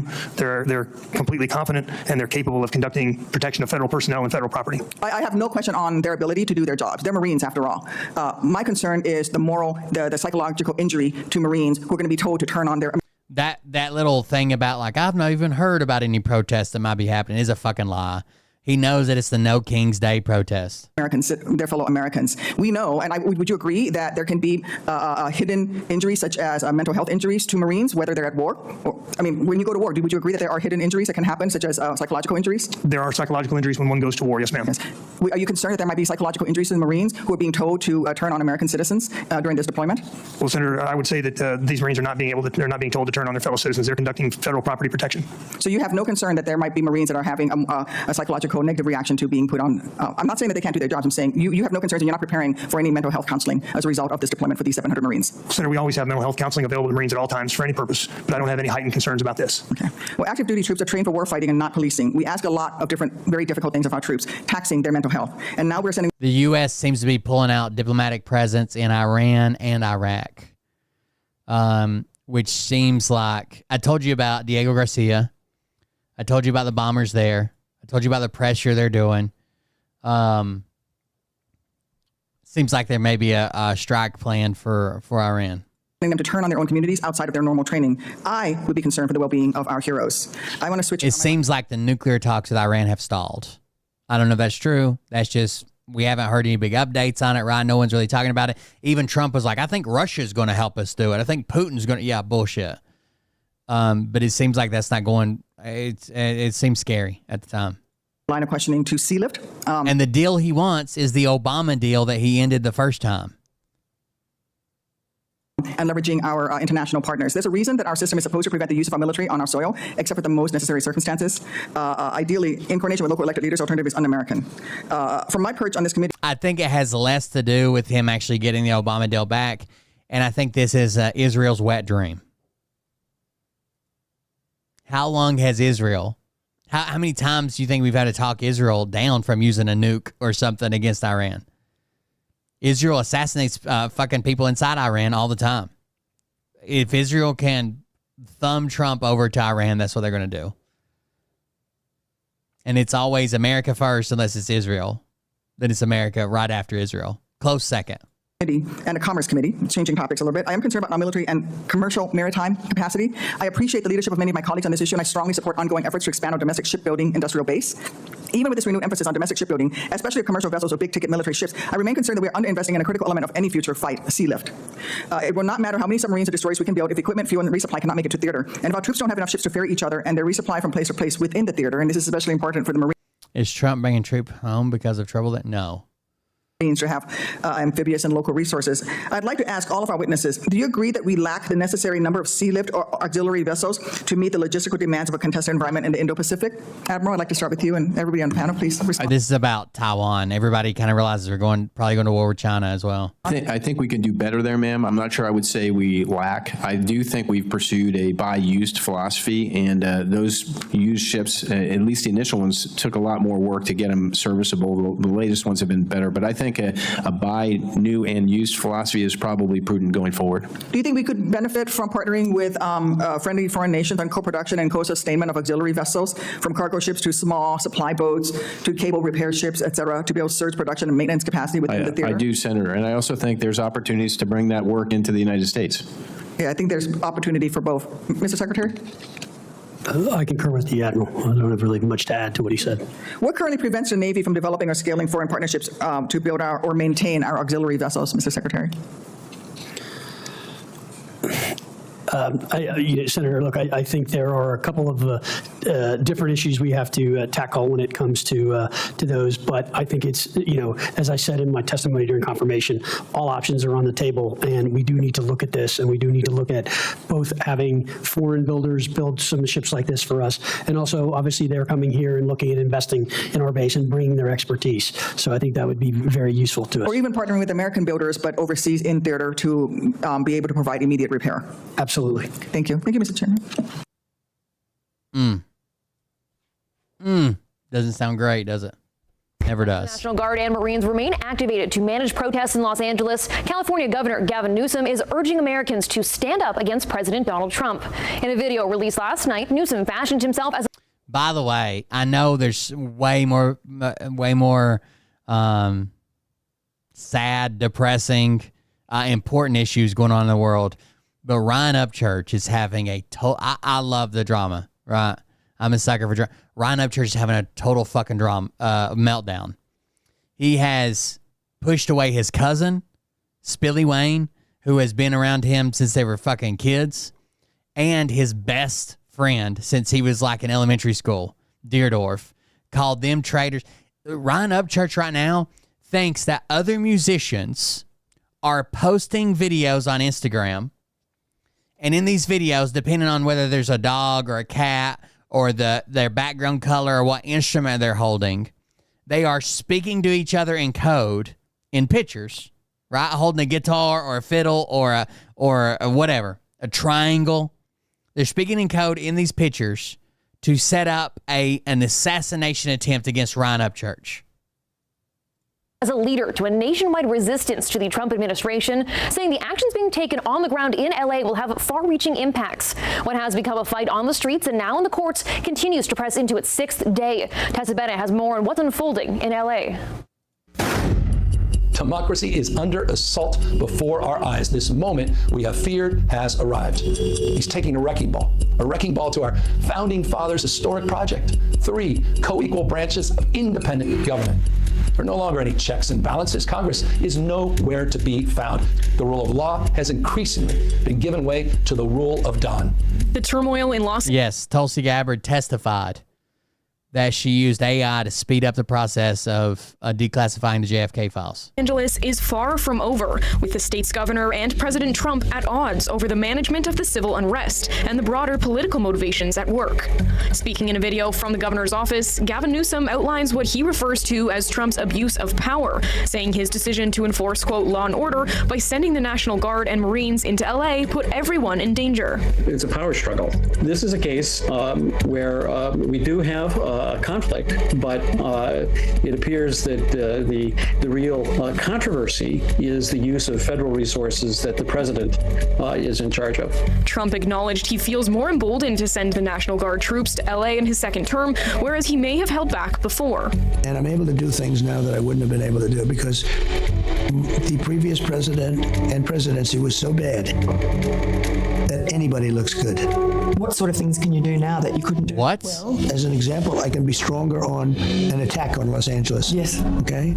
I think bringing in the National Guard 4 years ago or 8 years ago would have been more difficult. And Attorney General Pam Bondi says the Trump administration is not scared to go further in expanding its legal authorities to use military in Los Angeles. Bondi says the administration is hopeful a curfew in place will diffuse the situation, but insisted Trump's team would continue to do everything they can to keep California safe. Right now in California, what we're doing is working by bringing in the National Guard, by bringing in the Marines right now to back them up, to protect our federal buildings, to protect the highways, to protect the citizens. So right now in California, we're at a good point. We're not scared to go further. We're not frightened to do something else if we need to. Defense Secretary Pete Hegseth suggested to lawmakers yesterday the order to federalize the National Guard. He basically just said that Biden was so bad that he can do whatever the fuck he wants. Was also intended to set a precedent, allowing the move to be replicated in other states. Every Democratic senator signed on to a statement over the weekend, calling the president's call-up of the National Guard an alarming abuse of power. If this president or subsequent presidents can simply ignore public law, and in this case, claiming the power to use military assets without invoking the law, but instead arguing that it's inherent in the presidency, this is kind of the tip of the iceberg of a very big change, conceivably huge change in our interpretation of how the American Constitution system is to work. Meanwhile, Newsom and the state of California are forging ahead with their request for an emergency court order to limit how federal officials can use members of the National Guard in LA, something the Trump administration is asking a federal judge to reject. What Donald Trump wants most is your fealty, your silence to be complicit in this moment. Do not give in to him. Tessa Bennett, Trending Now. It's bad, dude. Then Tulsi Gabbard spitting this crazy shit out. Hey guys, Sam Stein, managing editor at The Bulwark. I'm here with Tim Miller, and we're going to be diving into, I don't even know. The Tulsi Gabbard PSA. An odd video from Tulsi Gabbard that was posted in the wee hours of this morning following a trip she made to Hiroshima and a number of other countries. Very weird video, I would say. I would say deeply weird and creepy and kind of a little bit in the uncanny valley of real and fake. And I'm just to dive into it. I'm also excited to dive into it with you because I know you were a longtime Tulsi Gabbard kind of stan, actually, during her early years in Congress. And so is that so? That's what I recall. I recall you doing very favorable coverage for her over when you were back to the What the hell are you talking about? There was this, I think you're confusing me with Chris Moody, who went surfing with her in Hawaii. Maybe your hands were Chris Moody. I'll ignore the slander and the misrepresentation of my record, and we'll go right to the video. Let's just start with the video. We're going to go through some of this stuff, and we'll get some reaction. But here's Tulsi. Here's Tulsi. Hold on, before we press play, where are we? Are we in like a one of those Walmart studios where you bring your family for the Christmas photos? Is that where we are? What is this location, do we think? It's an orb of some sort. I don't know. It's odd. There's no background here other than this, what appears to be a blue screen. Very strange. It's a strange one. I haven't really seen a DNI do something like this yet, but let's just get a little taste of it from the get-go. I recently visited Hiroshima in Japan and stood at the epicenter of a city that remains scarred by the unimaginable horror caused by a single nuclear bomb dropped in 1945, 80 years ago. Stop. Right. We have violins and violas coming in. I just again, this is the director of national intelligence. This is a very serious, sober job. I don't understand why we're doing kind of this soft focus, sort of video that you would expect from, I don't know, like a nonprofit organization that is trying to get people to support. She's trying to make like a fog of war type documentary, but she happens to be the director of national intelligence. Okay. It's very strange. No, I don't know. You have to think about like the strategy sessions in the office before doing this. I was like, I just got back from Hiroshima, deeply moved by it. I want to cut a video. And they're like, well, what do we do? I also should note that she said she's deeply moved, but her tone and face does not indicate that. It's an interesting, that's why I get back to the uncanny valley. All right. Deeply moved. So we're going to, just to be clear, we're going to jump ahead a little bit to about a minute and 18 or so seconds. Prior to that, she goes through the history of Hiroshima, the number who died, the number who suffered, the radiation, the sickness, the drawings of the survivors. And then you'll see. Trump's obsessed with this nuclear winter or whatever. Nuclear warming, the crazy shit he always talks about. Takes a really dark and odd turn around a minute 35 seconds, but let's play. Those paintings and the suffering that they conveyed, the pain and the sense of loss were almost more powerful than the photos themselves. Yet this one bomb that caused so much destruction on Hiroshima was tiny compared to today's nuclear bombs. The bomb that was dropped on Hiroshima had a yield of just 15 kilotons of TNT, whereas today's nuclear warheads range in size from 100 kilotons to over 1 megaton. A single nuclear weapon today could kill millions in just minutes. Just one for a second. We're going to back up when we get into this, but that was a very hard turn. Yeah. Well, also, I just again want to emphasize this is the Director of National Intelligence. Your job is actually to protect the country from nuclear attack. That's true. It's a big part of the job. If there's loose nukes, trying to identify threats out there in the world. I don't know that traditionally part of the job has been doing like a Cold War era scare video for. You guys want to watch it? Hold on. We can pull it up. Yeah.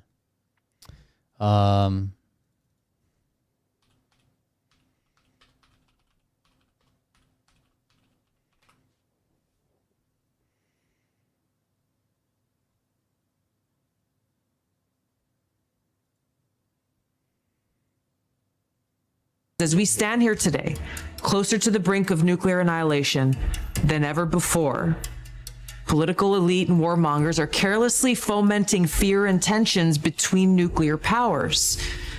And perhaps it's because they are confident that they will have access to nuclear shelters for themselves and for their families that regular people won't have access to. So it's up to us, the people, to speak up and demand an end to this madness. We must reject this path to nuclear war and work toward a world where no one has to live in fear of a nuclear holocaust.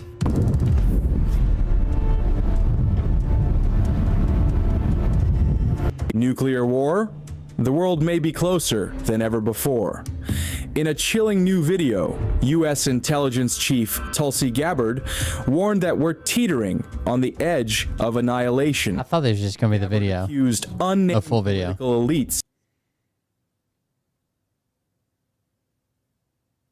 Maybe this one, just 142. No, damn it. I just want to see the full fucking video.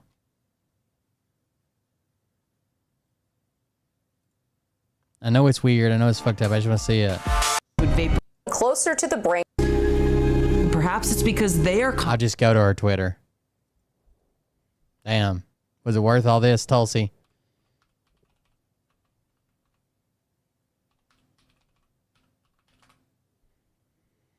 I refuse to use X branding. She's pushing her Russian propaganda. I saw somebody bring up a very good point today, by the way. Where the fuck is Jill Stein? Is it on this one or is it on the her personal account? Probably a personal account.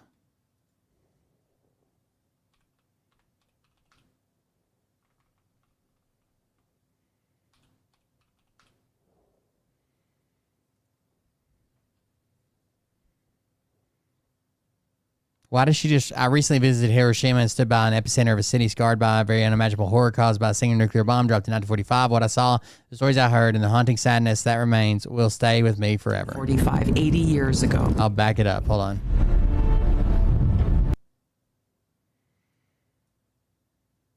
I recently visited Hiroshima in Japan and stood at the epicenter of a city that remains scarred by the unimaginable horror caused by a single nuclear bomb dropped in 1945, 80 years ago.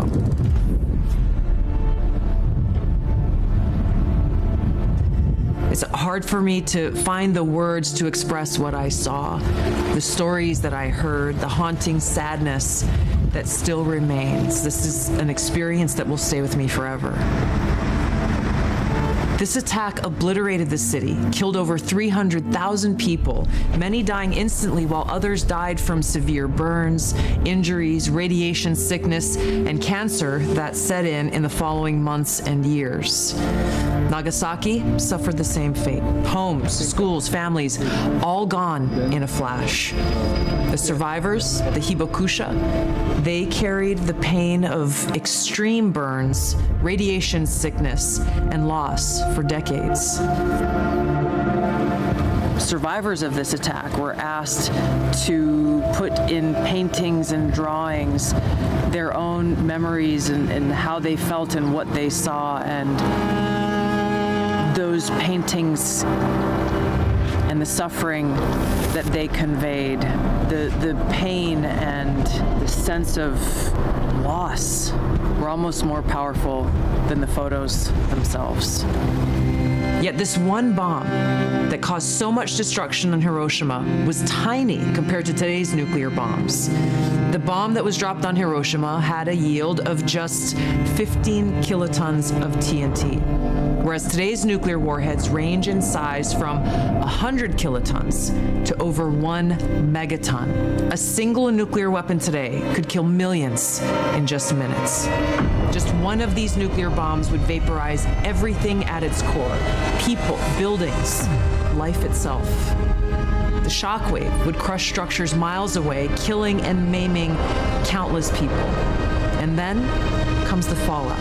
Radioactive poison spreading through the air, water, and soil, condemning survivors to agonizing deaths or lifelong suffering. It's very creepy, right? With smoke and ash completely blocking the sun, plunging the world into darkness and cold, killing crops and starving billions. Acid rain would scar the earth, wiping out entire ecosystems. This isn't some made-up science fiction story. This is the reality of what's at stake, what we are facing now. Because as we stand here today, closer to the brink of nuclear annihilation than ever before, political elite and warmongers are carelessly fomenting fear and tensions between nuclear powers. Perhaps it's because they are confident that they will have access to nuclear shelters for themselves and for their families that regular people won't have access to. So it's up to us, the people, to speak up and demand an end to this madness. We must reject this path to nuclear war and work toward a world where no one has to live in fear of a nuclear holocaust. How fucking creepy from the DNI. Like that's pretty wild, right? So that's what they're talking about. That's right. The nuclear bombs are bigger now than ever before. It's like, yeah, we got it. We got that. I think people are pretty attuned to that. I'll be right back. The fact that a nuclear war would be bad. Yeah. I don't know why we're doing this though from her. And it just gets a little bit weirder. Let's back up 3 seconds before we press play here, because there's some choices editorially here that I want to dissect. All right, let's press play. Single nuclear weapon today could kill millions in just minutes. Just one of these nuclear bombs would vaporize everything at its core: people, buildings, life itself. The shockwave would crush structures miles away, killing and maiming countless people. What city is that? And then comes the fallout. Radioactive poison spreading through the air, water, and soil, condemning survivors to agonizing deaths or life. So dark. Okay. This is incredibly dark. I do notice the blue state attacks. There's like a little bit of a hey. The Golden Gate Bridge seemed totally unnecessary. Like I love the Golden Gate Bridge. I love San Francisco, but like I am also, what is the relevance of the collapse of the bridge? Like a lot of bombs, any bomb. You don't need a nuclear bomb to collapse the Golden Gate Bridge. I don't actually know what they're. Hit it. Yeah, it's like that doesn't seem like if you're trying to go for scare tactics. I don't feel like the Golden Gate Bridge is top of line here. There's plenty of other targets that I would. No offense, San Francisco. And then it's just the ominous music. Like, yeah, we should never threaten anybody. We shouldn't have nuclear weapons. We should just lay down and quit because we might freak other people out. I guess I don't fucking know what they want. It's so weird. Andrew Lloyd Webber? Dark. No, it's not Lloyd Webber. It's much darker. Come on now. And long-time viewers know I don't know my musicals. I'm naming the only musical man I know. The Phantom of the Opera. She's just like, she's very, her delivery is very dark here. I think she's actually hitting it pretty out of the park. You do? She's going for. Oh yeah, if she's trying to scare the fuck out of you, I'm like. If she's trying to scare the fuck out of a child. Yeah. It seems like it's kind of like the type of video you would show, in a classroom before a drill. Yeah, like in the early mid-60s. Yeah, this is why you must, stop, drop, and roll. Exactly. This is why you might tuck and get under your desk. But I don't know why that is. Who's the audience for this? I think we're going to find out towards the end. So let's take a look. A nuclear winter could follow, with smoke and ash completely blocking the sun, plunging the world into darkness and cold, killing crops and starving billions. Acid rain would scar the earth, wiping out entire ecosystems. Jesus. This isn't some made-up science fiction story. This is the reality of what's at stake, what we are facing now. Because as we stand here today, closer to the brink of nuclear annihilation. Do you think we were closer to a nuclear war with Biden at the helm or with Trump at the helm?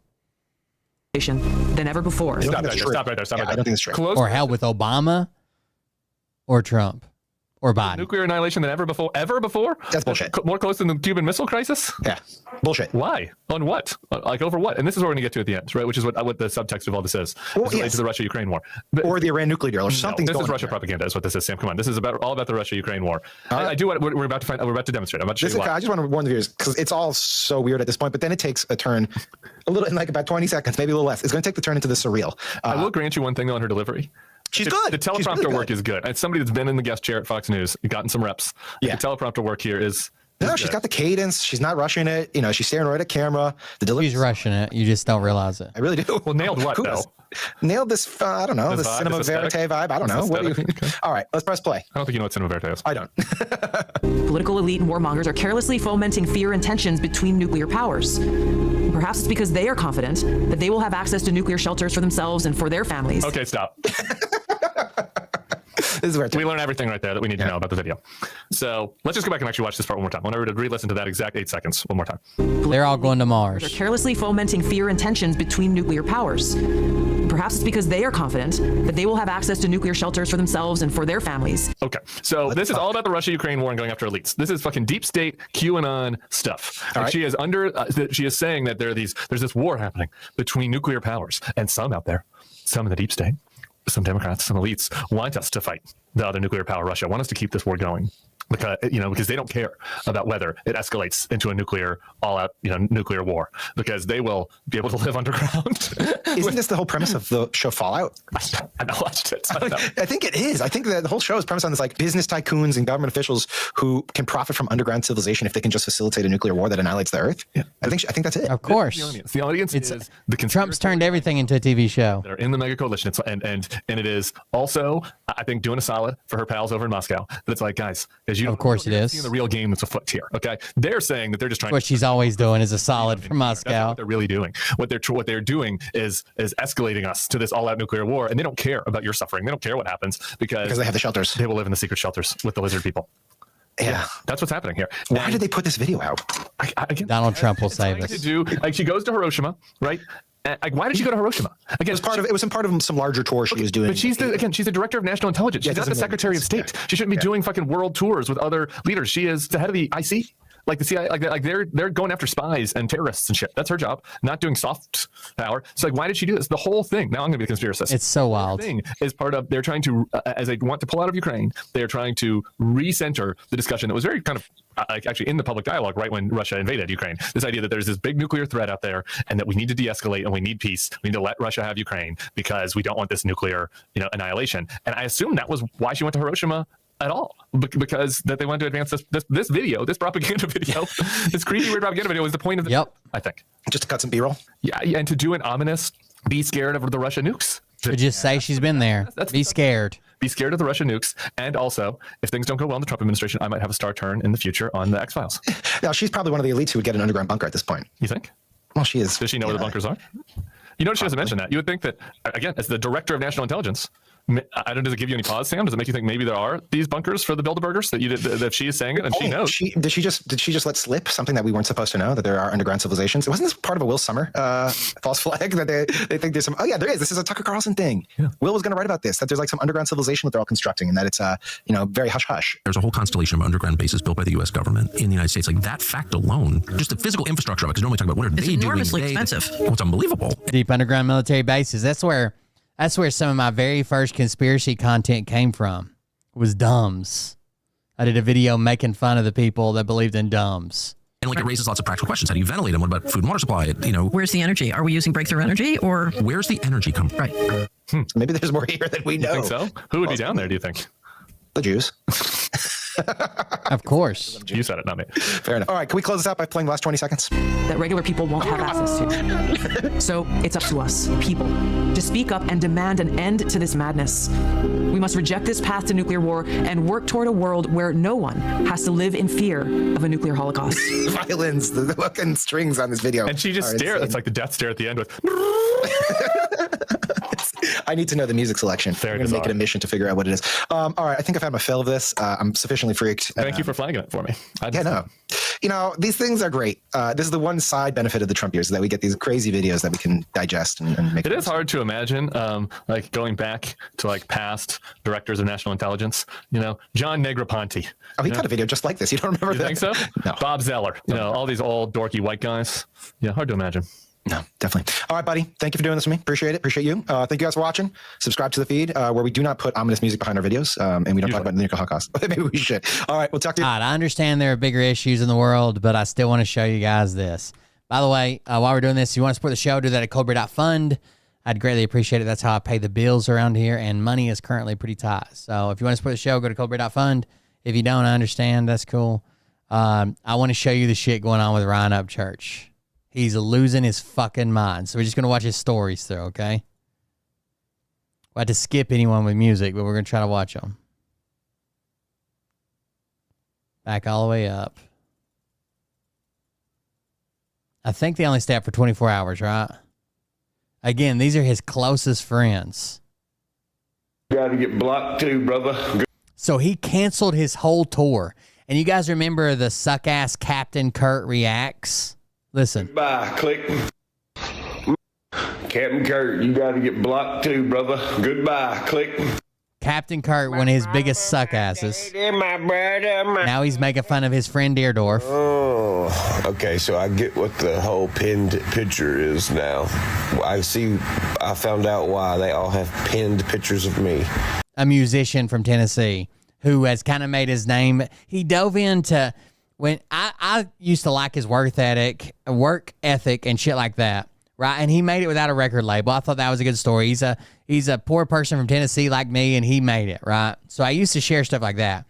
But when this Kylie Rodney went missing at that graduation party out in California, he went down this crazy conspiracy rabbit hole where everybody is bad and she doesn't exist, and child molesters and anybody that uses purple lights is a pedo, and crazy QAnon stuff. He's 100% QAnon guy now.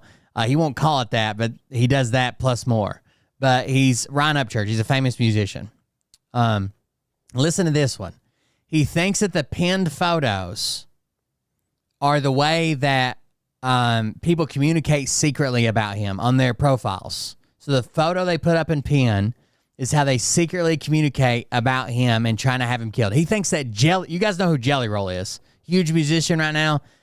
Different genres, country, rap, whatever you want to call it, like rock. Jelly Roll and his wife, Bunny XO, are trying to have him killed. My mama. Oh, okay, so I get what the whole pinned picture is now. I found out why they all have pinned pictures of me. And they're like, dude, I hung out with that church. Yeah, I get it now. The cops know too. My mama, my daddy, the cops know too. Yo, Dixielanders, you forgot. So Dixielanders is a band that just now recently come together, and they're putting out his newest CD is called Creaker 3. And Dixielanders, it's kind of like it sounds like a lot like a rock album, but they're like the musicians behind it. So it's Ryan Upchurch and the Dixielanders. Well, Ryan was supposed to go on tour with them this summer. He canceled his tour and said that him and his old lady were tired of people bitching, and that if Deerdorf, which is his best friend since childhood, and his cousin Spilly Wayne were going to like go behind his back and act weird and make deals with the enemy, he was canceling everybody's tour. So he canceled the tour on this band that were banking on going on tour with him. People have already bought tickets. People have already bought hotel rooms. Let's see if I can find them right quick.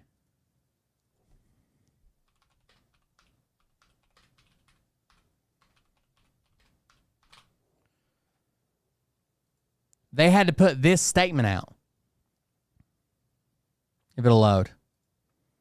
2025 Civil Tour announcement. To our fans, we are heartbroken to share. Oh, thank you. 5 6-packs from Anonymous. I appreciate it. We are heartbroken to share that the 2025 Civil Tour has been officially canceled. The decision was not made by us and is not something we wanted, but circumstances beyond our control have brought us here. We know many of you made travel plans, bought tickets, and were looking forward to these shows as much as we were. We cannot express how much that support means to us. From the bottom of our hearts, thank you for riding with us. We still have so much love for the music, for each other, and for you, and we are all hopeful for what the future holds. Everyone is receiving an automatic refund to the original point of purchase. Love you always, the Dixielanders. And then they list Tyler, Molly, Ethan, and Kalani, but they do not list Ryan. Okay? They do not release. There's Ryan's latest album, Krieger 3, right? This is when ticket sales went on. This is when it went on. When was this? When was this posted? They went on sale on May 30th. May 30th, tickets went on sale. Ryan canceled the show yesterday because he said that the people, basically his best friends, are sneaking and colluding and creating a conspiracy behind him. My name in the band Dixielanders, you know, the one that I came up with the name and everything. You forgot my name at the bottom. So what's up? So this statement I just read you, he's saying you forgot my name at the bottom of this statement, where they're canceling the tour, which I don't blame them. And they logged him out of the account. They changed to where he can't access his account anymore. With that. Woo! Winning. You gotta be. That's not, the winning thing's not a good look, considering how Charlie Sheen went downhill so quickly after saying winning. You're shitting me. The Dixielanders untook me. They took me off of the Instagram, the Dixielanders. Now, how you gonna take me off of something I created? Molly, Ty,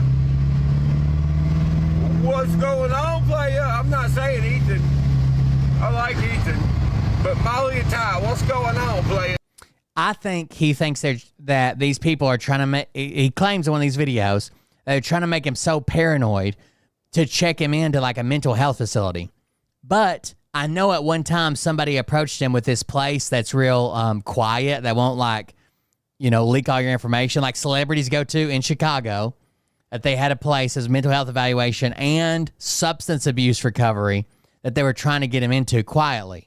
Right? He didn't have to post it everywhere. They just want to see him get better. But no, he's fucking full-blown crazy and fucking strung out on drugs. How come I can't get into the Dixielanders no more? Seems a little bit sketchy. I think the fans are going to wonder, fuck y'all. And then he weaponizes his fans like, oh, Dixielanders, you won't let me in this account after I just cost you all. Like, he's a millionaire. The musicians aren't. I just cost you all this money and a whole summer full of work, and you won't let me log into your Instagram account? That's weird. No, it's not. I would have blocked you immediately. Y'all are doing. I think a lot of people are wondering what the fuck y'all are doing to be real. Yeah, someone said probably not counting the band of Ryan, probably 100 people. You know, just people like the road crew and the roadies and the truck drivers and the audio people, and it was going to be a decent sized tour. You gotta be shitting me.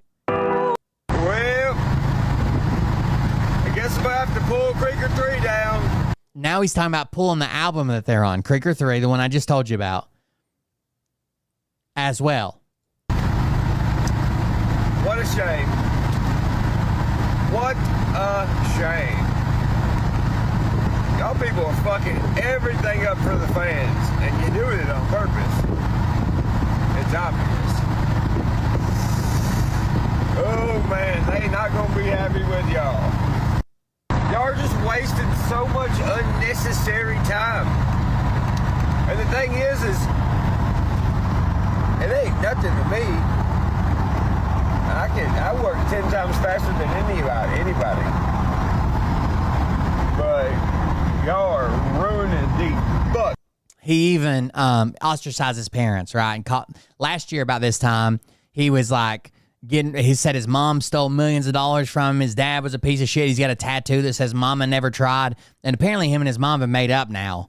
But yeah, he's just been turning on everybody around him, all the way down to his childhood friends. I mean, friends he's known for 30 fucking years.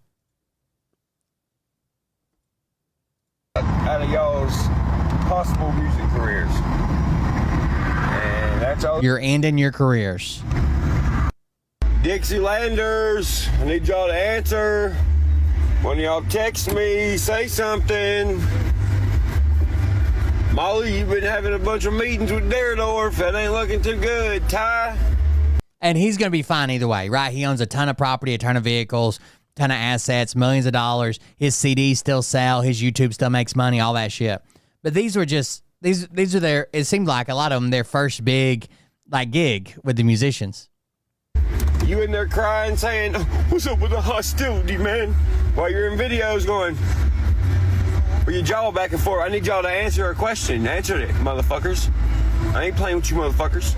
He used to be a lot different to get his following. He actually started out making like funny videos. Like one of the first videos I ever saw from him was he was pretending to be like a news anchor, but it was like the redneck news where he was like reporting on stuff that you'd see like in a small town. Like this guy caught a fish and this person accused this person of sleeping with their husband. It was kind of funny. Then he started doing like this country rap thing and he made it big. He's got a huge fan base. The problem is he's probably lost half of them. And the ones that are left are like the ultimate diehards. If he says, hey, you know, Adam Calhoun's a piece of shit, they'll all go dox and attack Adam Calhoun. By the way, if y'all Dixielanders, I need y'all to answer. When y'all text me, say something. Molly, you've been having a bunch of meetings with Deradorf. That ain't looking too good. Ty, you in there crying, saying, what's up with the hostility, man?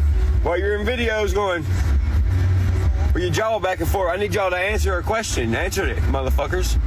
I ain't playing with you motherfuckers. By the way, if y'all think the room wasn't rigged up when y'all was in there talking, it was. Very much so was. Beth, was it not rigged up? Mm-hmm. So I suggest y'all fucking give me. So basically saying he records everybody that comes over, and he recorded everything they said in his house. The login now. Threatening them with it. One of y'all got about 30 fucking minutes to send me the login. See you, Bubba. And his baby mama is sitting in the car with him just like, yeah, we record everybody that comes in our house because that's how we keep friends. Or we can start playing games. I'm down to play games. You know what, Dixielanders? Besides Ethan, love you, Ethan. Don't even hit me up. It's okay. Your boy's getting out of the music industry. What? Getting out of the music industry. And I'm just gonna be a cool ass dad. Toodles, motherfuckers. I'm putting out my last 2 albums. I'm putting out Black Denim, Hosier. Is it ironic that Donald Trump and J.D. Vance went to watch a play today, right, at the Kennedy Center about the uprising, the June Rebellion of 1832 in Paris? No? Okay.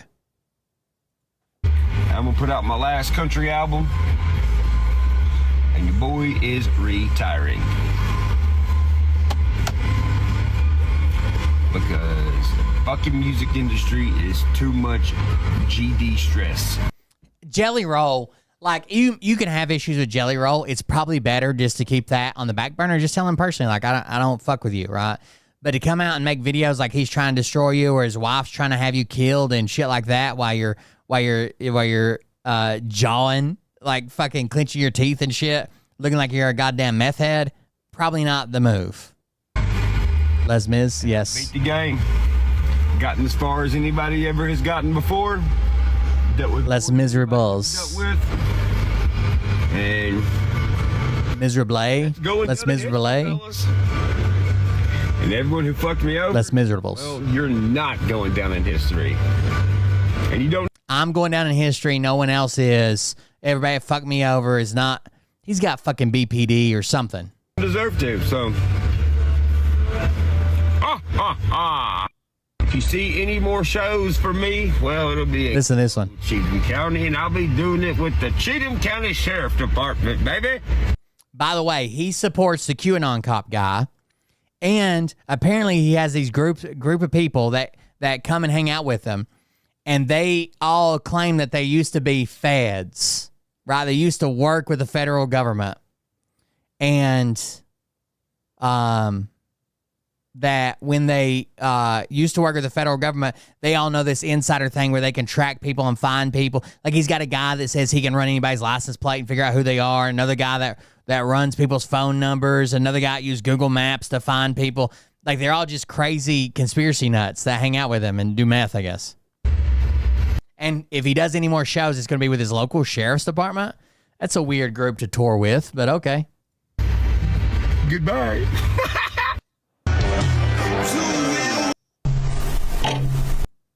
Look who just FaceTimed me out of nowhere, right on cue. Their playbook is worn out, man. Called me off a new number because I had his old one blocked. Shit's wild, bro. Honestly thought it might have been you because it was 615. That's his cousin. Spilly Wayne. Oh, hey, how's it going? Are you a rainstorm? Because you're predictable as fuck. They put out where see the oxygen. See him on the bank right there? Oh, fuck, yeah. All right, now let's check this out.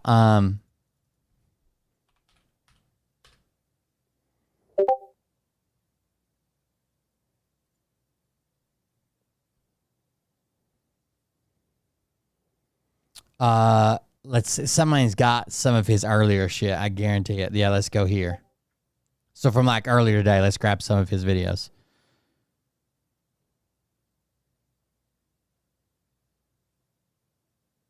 All right, here's one where he's trying to fight people. Hold on. He says people drove by his house and he ran out. I didn't really want to make this video, but I can't leave you all with no context.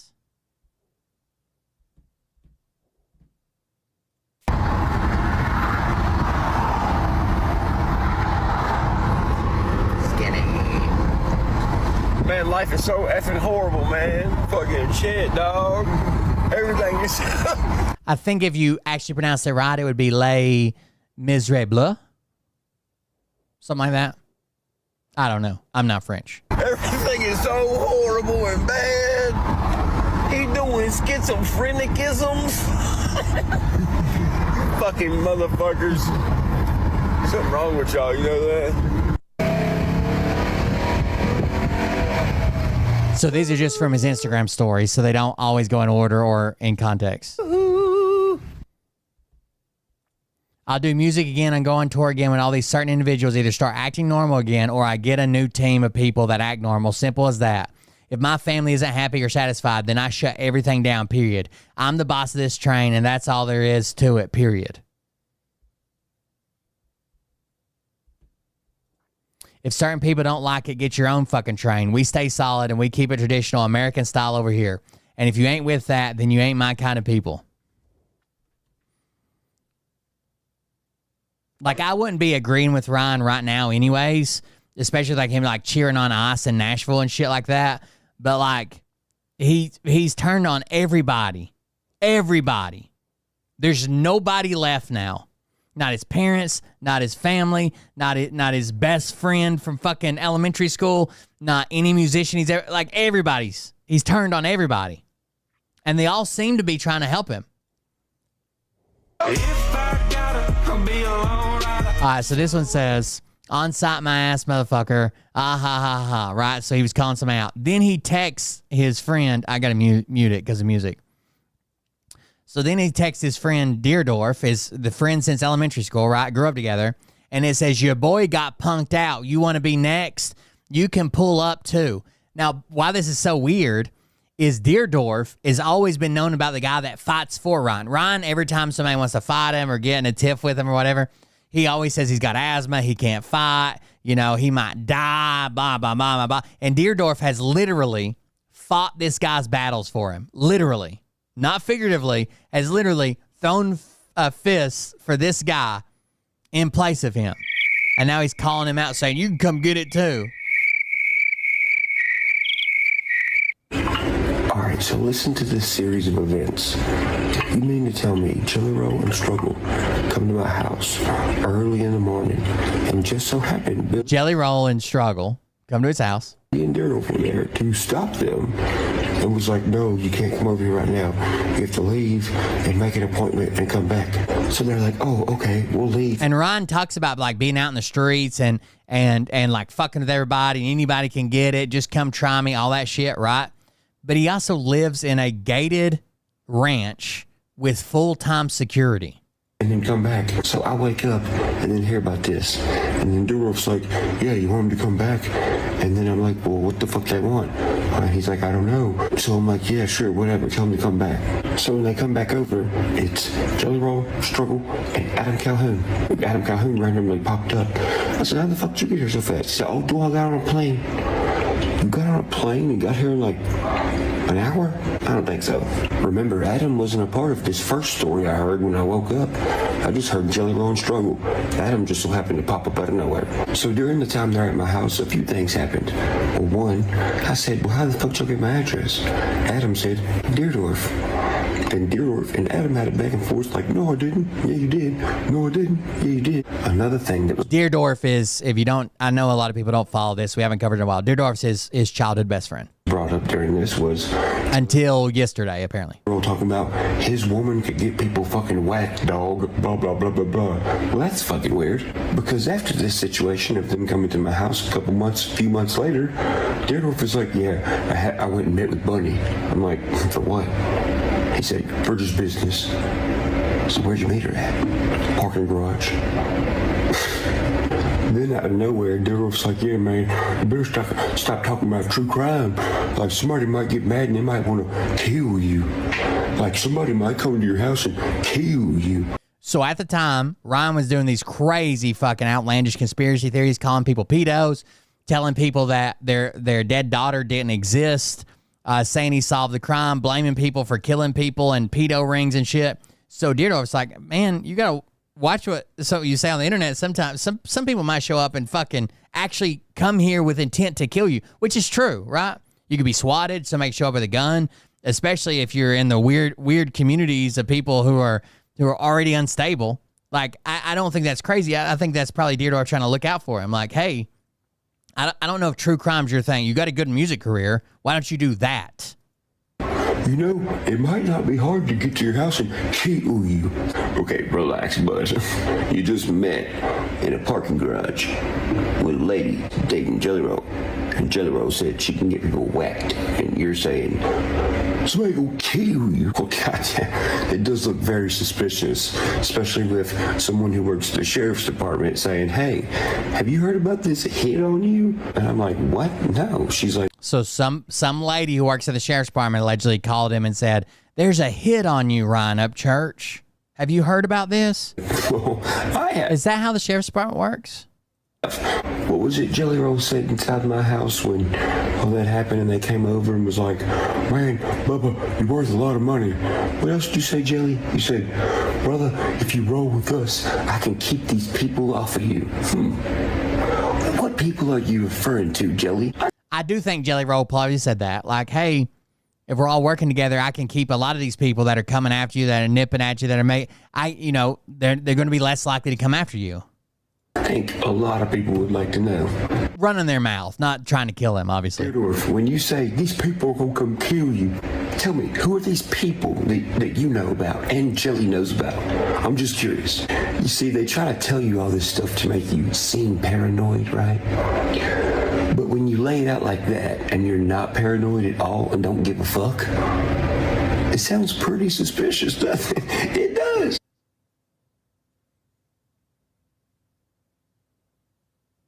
Bro, been waiting on this thing since I got this truck and started doing stuff to it. So all it is like a rat rod rat for a hood ornament. This is Deerdorf posted this. Right there. So here's what Deerdorf said. So I quit my job because it was toxic as fuck. Next, I start my own business and showed how happy I was working for myself. So he quit working for Ryan and started doing like a mobile mechanic thing.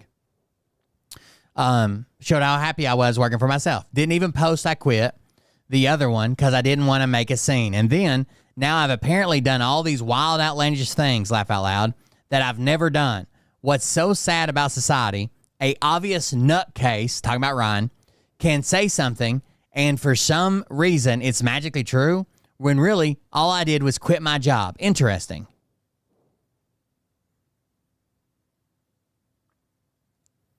Man, jealousy is a hell of a drug. This is also from Deerdorf. Jealousy is a hell of a drug.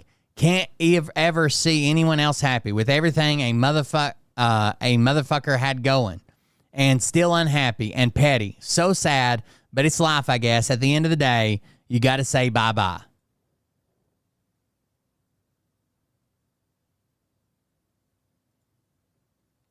If you think there is a so-called beef, you're an idiot. It's literally one guy screaming in his phone, paranoid of everyone. I'm the target at the moment. Abandonment issues, clearly. I've had so much support. Thank you all. I hate that you have to see an idiot on your screen as soon as you open the phone. When you get tired of the Ghost Ranch Insane Asylum, which Ghost Ranch is where Ryan Upchurch lives. That's what he calls his ranch. Ghost Ranch Insane Asylum series, and just block the losers, you will feel a lot better.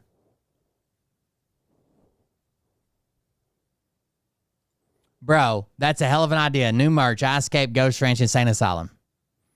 There's another guy that came out and said Ryan treated him really dirty. So like he used to work his ass off for Ryan. Like he was helped around everything. He was just like a handyman, like go-to guy, like a runner, like an assistant. Like he did fucking all kinds of shit for Ryan. And Ryan always used to dangle like, hey, I'm going to give you some money for your parents, or I'm going to help you with this, or I'm going to buy you that, or I'm going to do this. And Ryan never gave him that money or did that. Well, when the guy finally brought it up after a year of doing this, like, hey, you know, you did say you were going to help my parents out. You know, they're struggling financially. You said you were going to give them $5,000 if I helped you with all this. Ryan, like, flipped out on him, accused him of all this shit, and the guy just ended up leaving.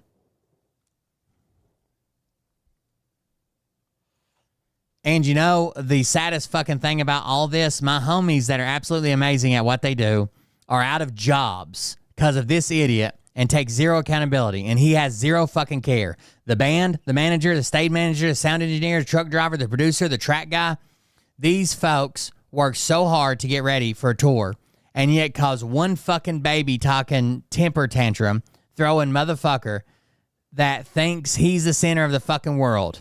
Their summer is fucked and the motherfucker doesn't even care.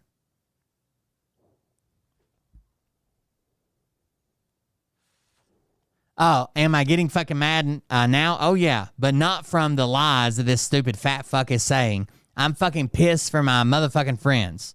The ones that I've had to apologize to and tell I'm sorry because my former best friend is a fucking spoiled-ass loser.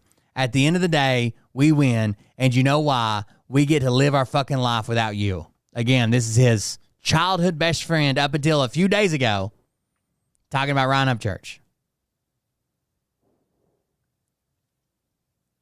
To all my homies, my motherfucking friends, my motherfuckers, one Instagram, welcome to the shit show of working for, with, and knowing this piece of trash. Could I say more? Could I do more? Oh, yeah, so much more. A fuck ton more. But then what? It entertains the moron. It gives the moron purpose. Such a fucking waste of talent and such a waste of people's lives. And then Ryan's also, this is what I've always hated about Ryan. Ryan had his friends work for him, and that's awesome. Have your friends work for you, but your family, anybody you can bring up, right? Maybe not put like your mom in charge of finances or your buddy, like hire an accountant or hire a lawyer, but have them work for you, have them do stuff. But as soon as you fucking buy them some shit, like they work for you for 5 years and you buy them a fucking house or whatever, that's cool. You got money to blow. You don't bring that up again and say, you're living in a house that I bought, driving a truck that I paid for because you work for me, mother. That's fucking crazy.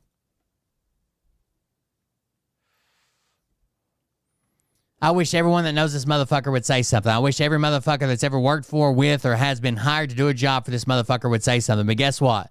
No one gives you the time of day. You've already wasted their time, their life, their money, and for damn sure their fucking sanity.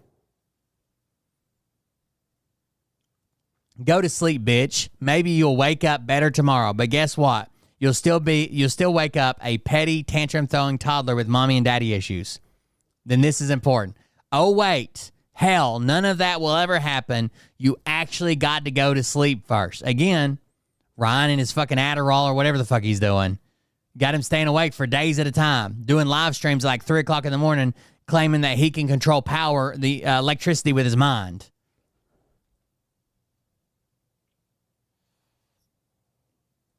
You know what? The biggest and heaviest weight that's been lifted off my shoulders, I no longer have to apologize for this pussy's actions to folks he wrongs. And I no longer have to validate his actions and persona.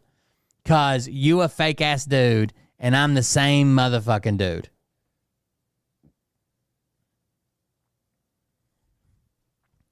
You know what? At the end of the day, my name has merit. His has trash and no good words attached. I'd rather work and have folks that are actually know me go, yeah, go, you know, that's a good man right there. And as for the come fight me, bruh, come on. Everyone knows I've always fought your battles for you. All you can do is yell and throw tantrums like a spoiled brat. You can actually tell who gets whippings when they were a kid and who sucked the tit. Damn. If you're still lost after this, I don't know what to tell you. I'm going to bed. I have to work in the morning.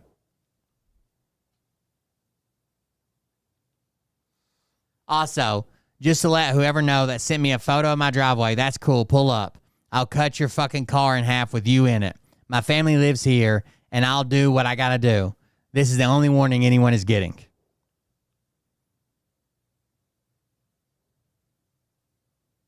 Spilly Wayne. Fuck Kansas Rebel Man. Kansas Rebel Man is like a Ryan Upchurch dick sucker that does like music reviews. Fuck Kansas Rebel Man. You're a fake fame chasing bitch. This is Ryan's cousin. Spilly Wayne says, Ryan's posted, what is the purpose of texting me and saying everything is good and you don't believe what people are saying about me, but then text my friends and say the opposite? Make it make sense. Am I off my fucking rocker or not? This is why I'm not going on tour. 90% of my circle is acting like crackheads. The other 10% is wondering what the fuck is wrong with the 90%. Now, what's in here is basically his cousin is like, hey, what the fuck is up? Like, I had a job when I left, and I come back and told I'm fired. I don't have a job. Like, I just went on vacation. I live paycheck to paycheck.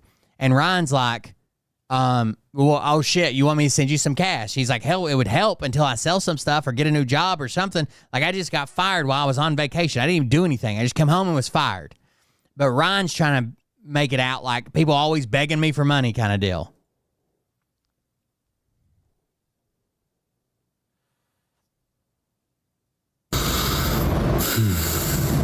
Went to his house earlier and squashed all this, but the post is still up. It is what it is at that. That's his cousin. All I know is Kansas Rebel Man can currently suck a dick. He's a fake ass bitch. That's all he'll ever be. It says, Billy, he needs help and there's nothing left for us to do. I'm sorry he's doing this. Stay strong. I think you're on the right path with everything you've said today. I plan to remain as silent as I can, but I just wanted to let you know I appreciate all that you've said today. You're welcome, dog. I got your back. Stupid as fuck. I'll be the next one on the FBI list. Police shit. Who knows? Ryan claims he can put people on FBI watch list. Like, this is just insane watching this guy fucking piss away everything. All of his friends, all the people around him. It says, who is that? Nobody important. All gay ass reactor. Talking about Kansas Rebel Man. He does need help. And he's got a kid now, dude. And even at the hospital, he claims that all the doctors were trying to give him the wrong paperwork and maybe trying to kidnap his daughter, and that they thought she had a seizure, but there's no way she had a seizure, that there was some nurse with a phone in her pocket and she brought the phone too close to the baby's monitor and it made the seizure monitor go off. Something crazy, dude. Like, it's not just these people around him. It's the entire hospital he went to. So much so that the hospital had to put out an email to their employees saying, hey, this guy's here. He's kind of famous. He posts kind of crazy shit. Be careful when you interact with him, right? Don't give him a viral clip or something. That's fucked up. I block. I can't see any of it. Shaking my fucking head. He's lost his fucking mind. He's just showing what other people messaged him, basically, about all this. He holds Ryan's cock in his mouth until the swelling goes down. Doesn't he have kids he should be worried about being a goddamn father to?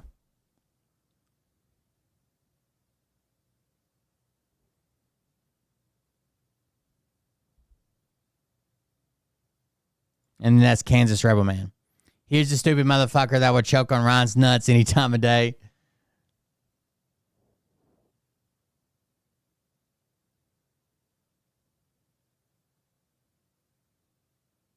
Here's the F slur. I'm not going to say that, but there it is.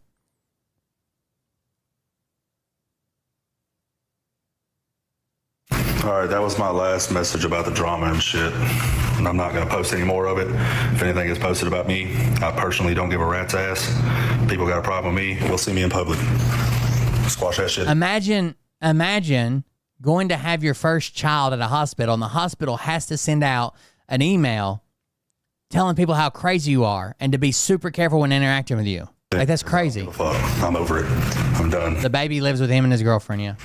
But this is my little last message about all this stupid shit. Everybody knows what I'm about, and it is what it is at that point. I don't care. I've got another story we'll cover on a different show about a guy that thinks that ChatGPT is God, and he's God's messenger. And he was trying to get with his girlfriend's daughter, 17-year-old daughter, because God, which is ChatGPT, told him how to and told him that he should. But I'm done. I just want to post that faggot-ass motherfucker Rebel Man for the last time because he wants to start shit. And we don't condone that. He's nuts, but he can go ahead and do all that all he wants. That's the only thing his piece of shit career is built off of, but I'm done. Appreciate y'all. You'll be seeing off-road content and mechanic work after this. I got a family to tend to, and I don't want to scare anything up. But after tonight, I seen what's up. I'm done. All my shit's sold, and I'm out. I want to leave this trash-ass place for good. Yeah, crazy guy on drugs. He blocked me. He's admitted that anytime he's in the studio, he loves Adderall.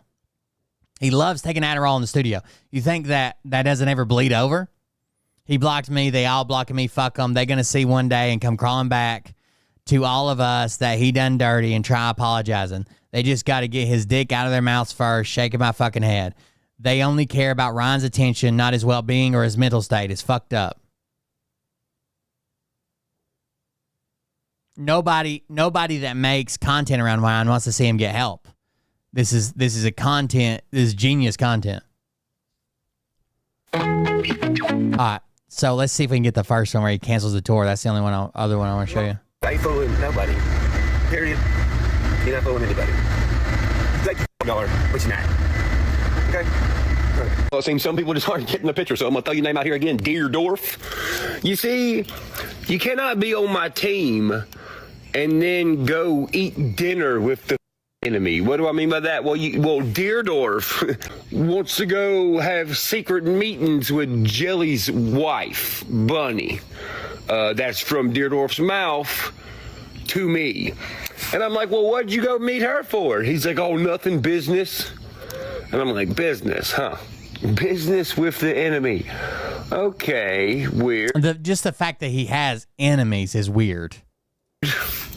Which I know a lot of y'all was like, hey, man, it was a huge red flag when Deerdorf started selling Deerdorf merch, and Deerdorf isn't known for anything. Yeah, I know, but I was still going to let him do his thing, right? But all these JD Vance guys. No, I honestly think it's where he hasn't slept in a week. Eating dinner with the enemy. Look at the bags under his eyes, dude. He's not sleeping at all. It's not, that don't fly. Sorry. This is first thing in the morning. He just woke up. Okay.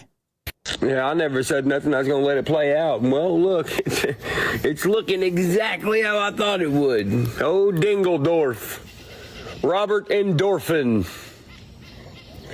Man, what a up. Living in a house paid for by me. Now, he worked for you.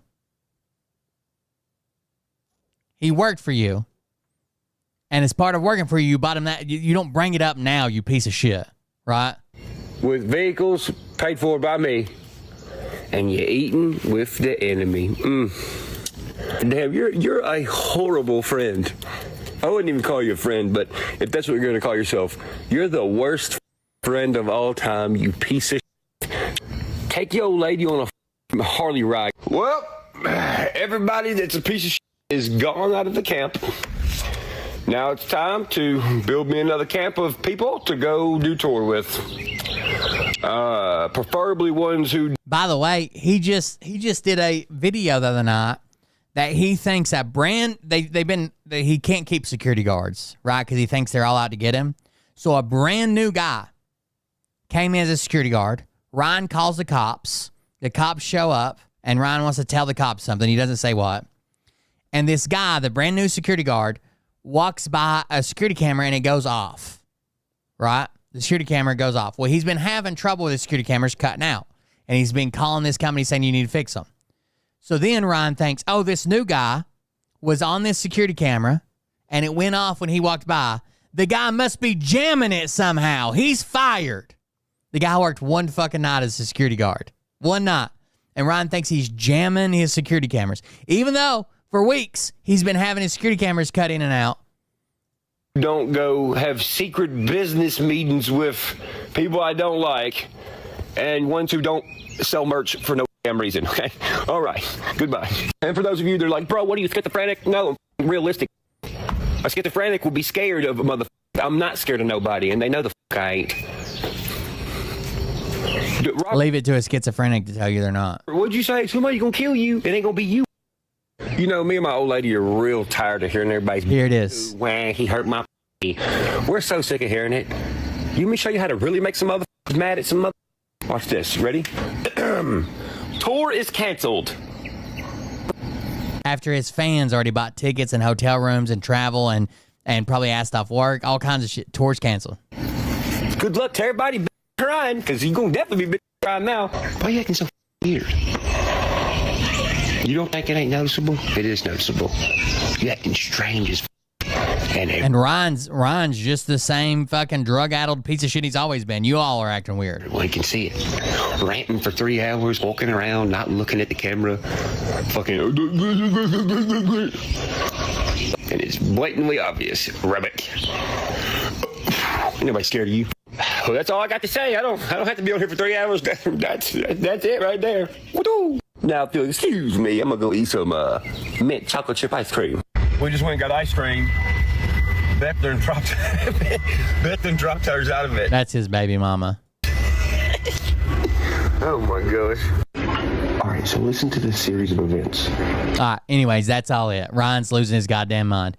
It's interesting to watch if you want to follow him on, if you got an Instagram, to follow him on Instagram. Right over there. It's interesting to watch, but damn, is it fucking hard to keep up with. It is fucking insane.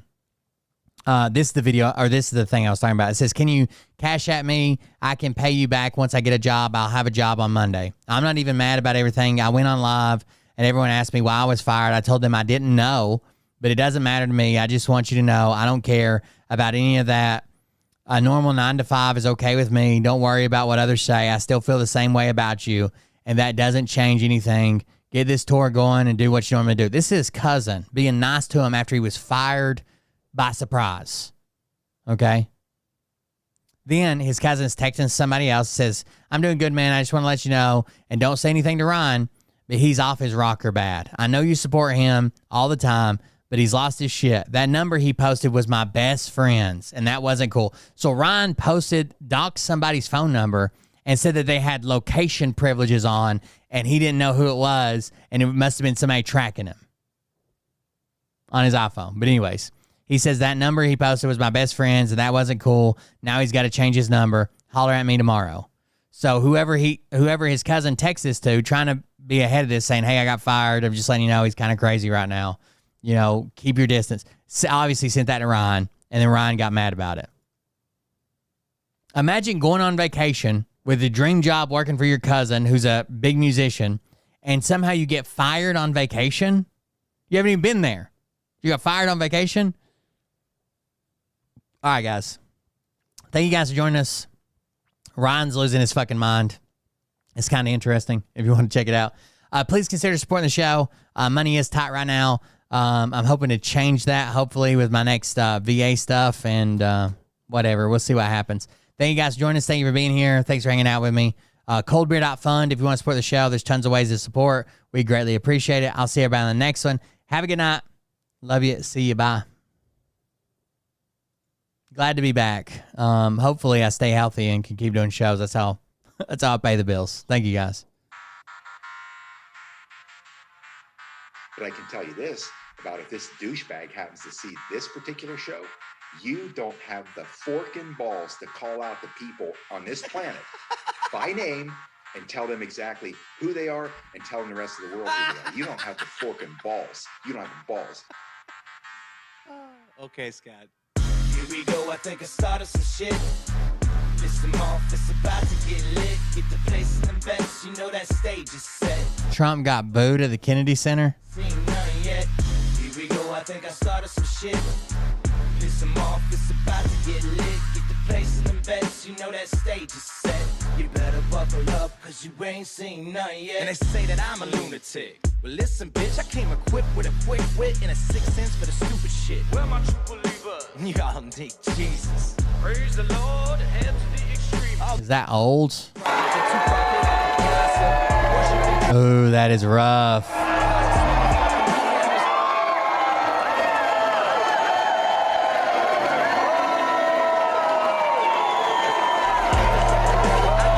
Yeah, it's pretty bad. Good night, everybody. It's probably 70-30. Cause you told him if he did, he get fucking superpowers. Here we go, I think I started some shit. Piss him off, it's about to get lit. Get the place in them beds, you know that stage is set. You better buckle up, cause you ain't seen none yet. Here we go, I think I started some shit.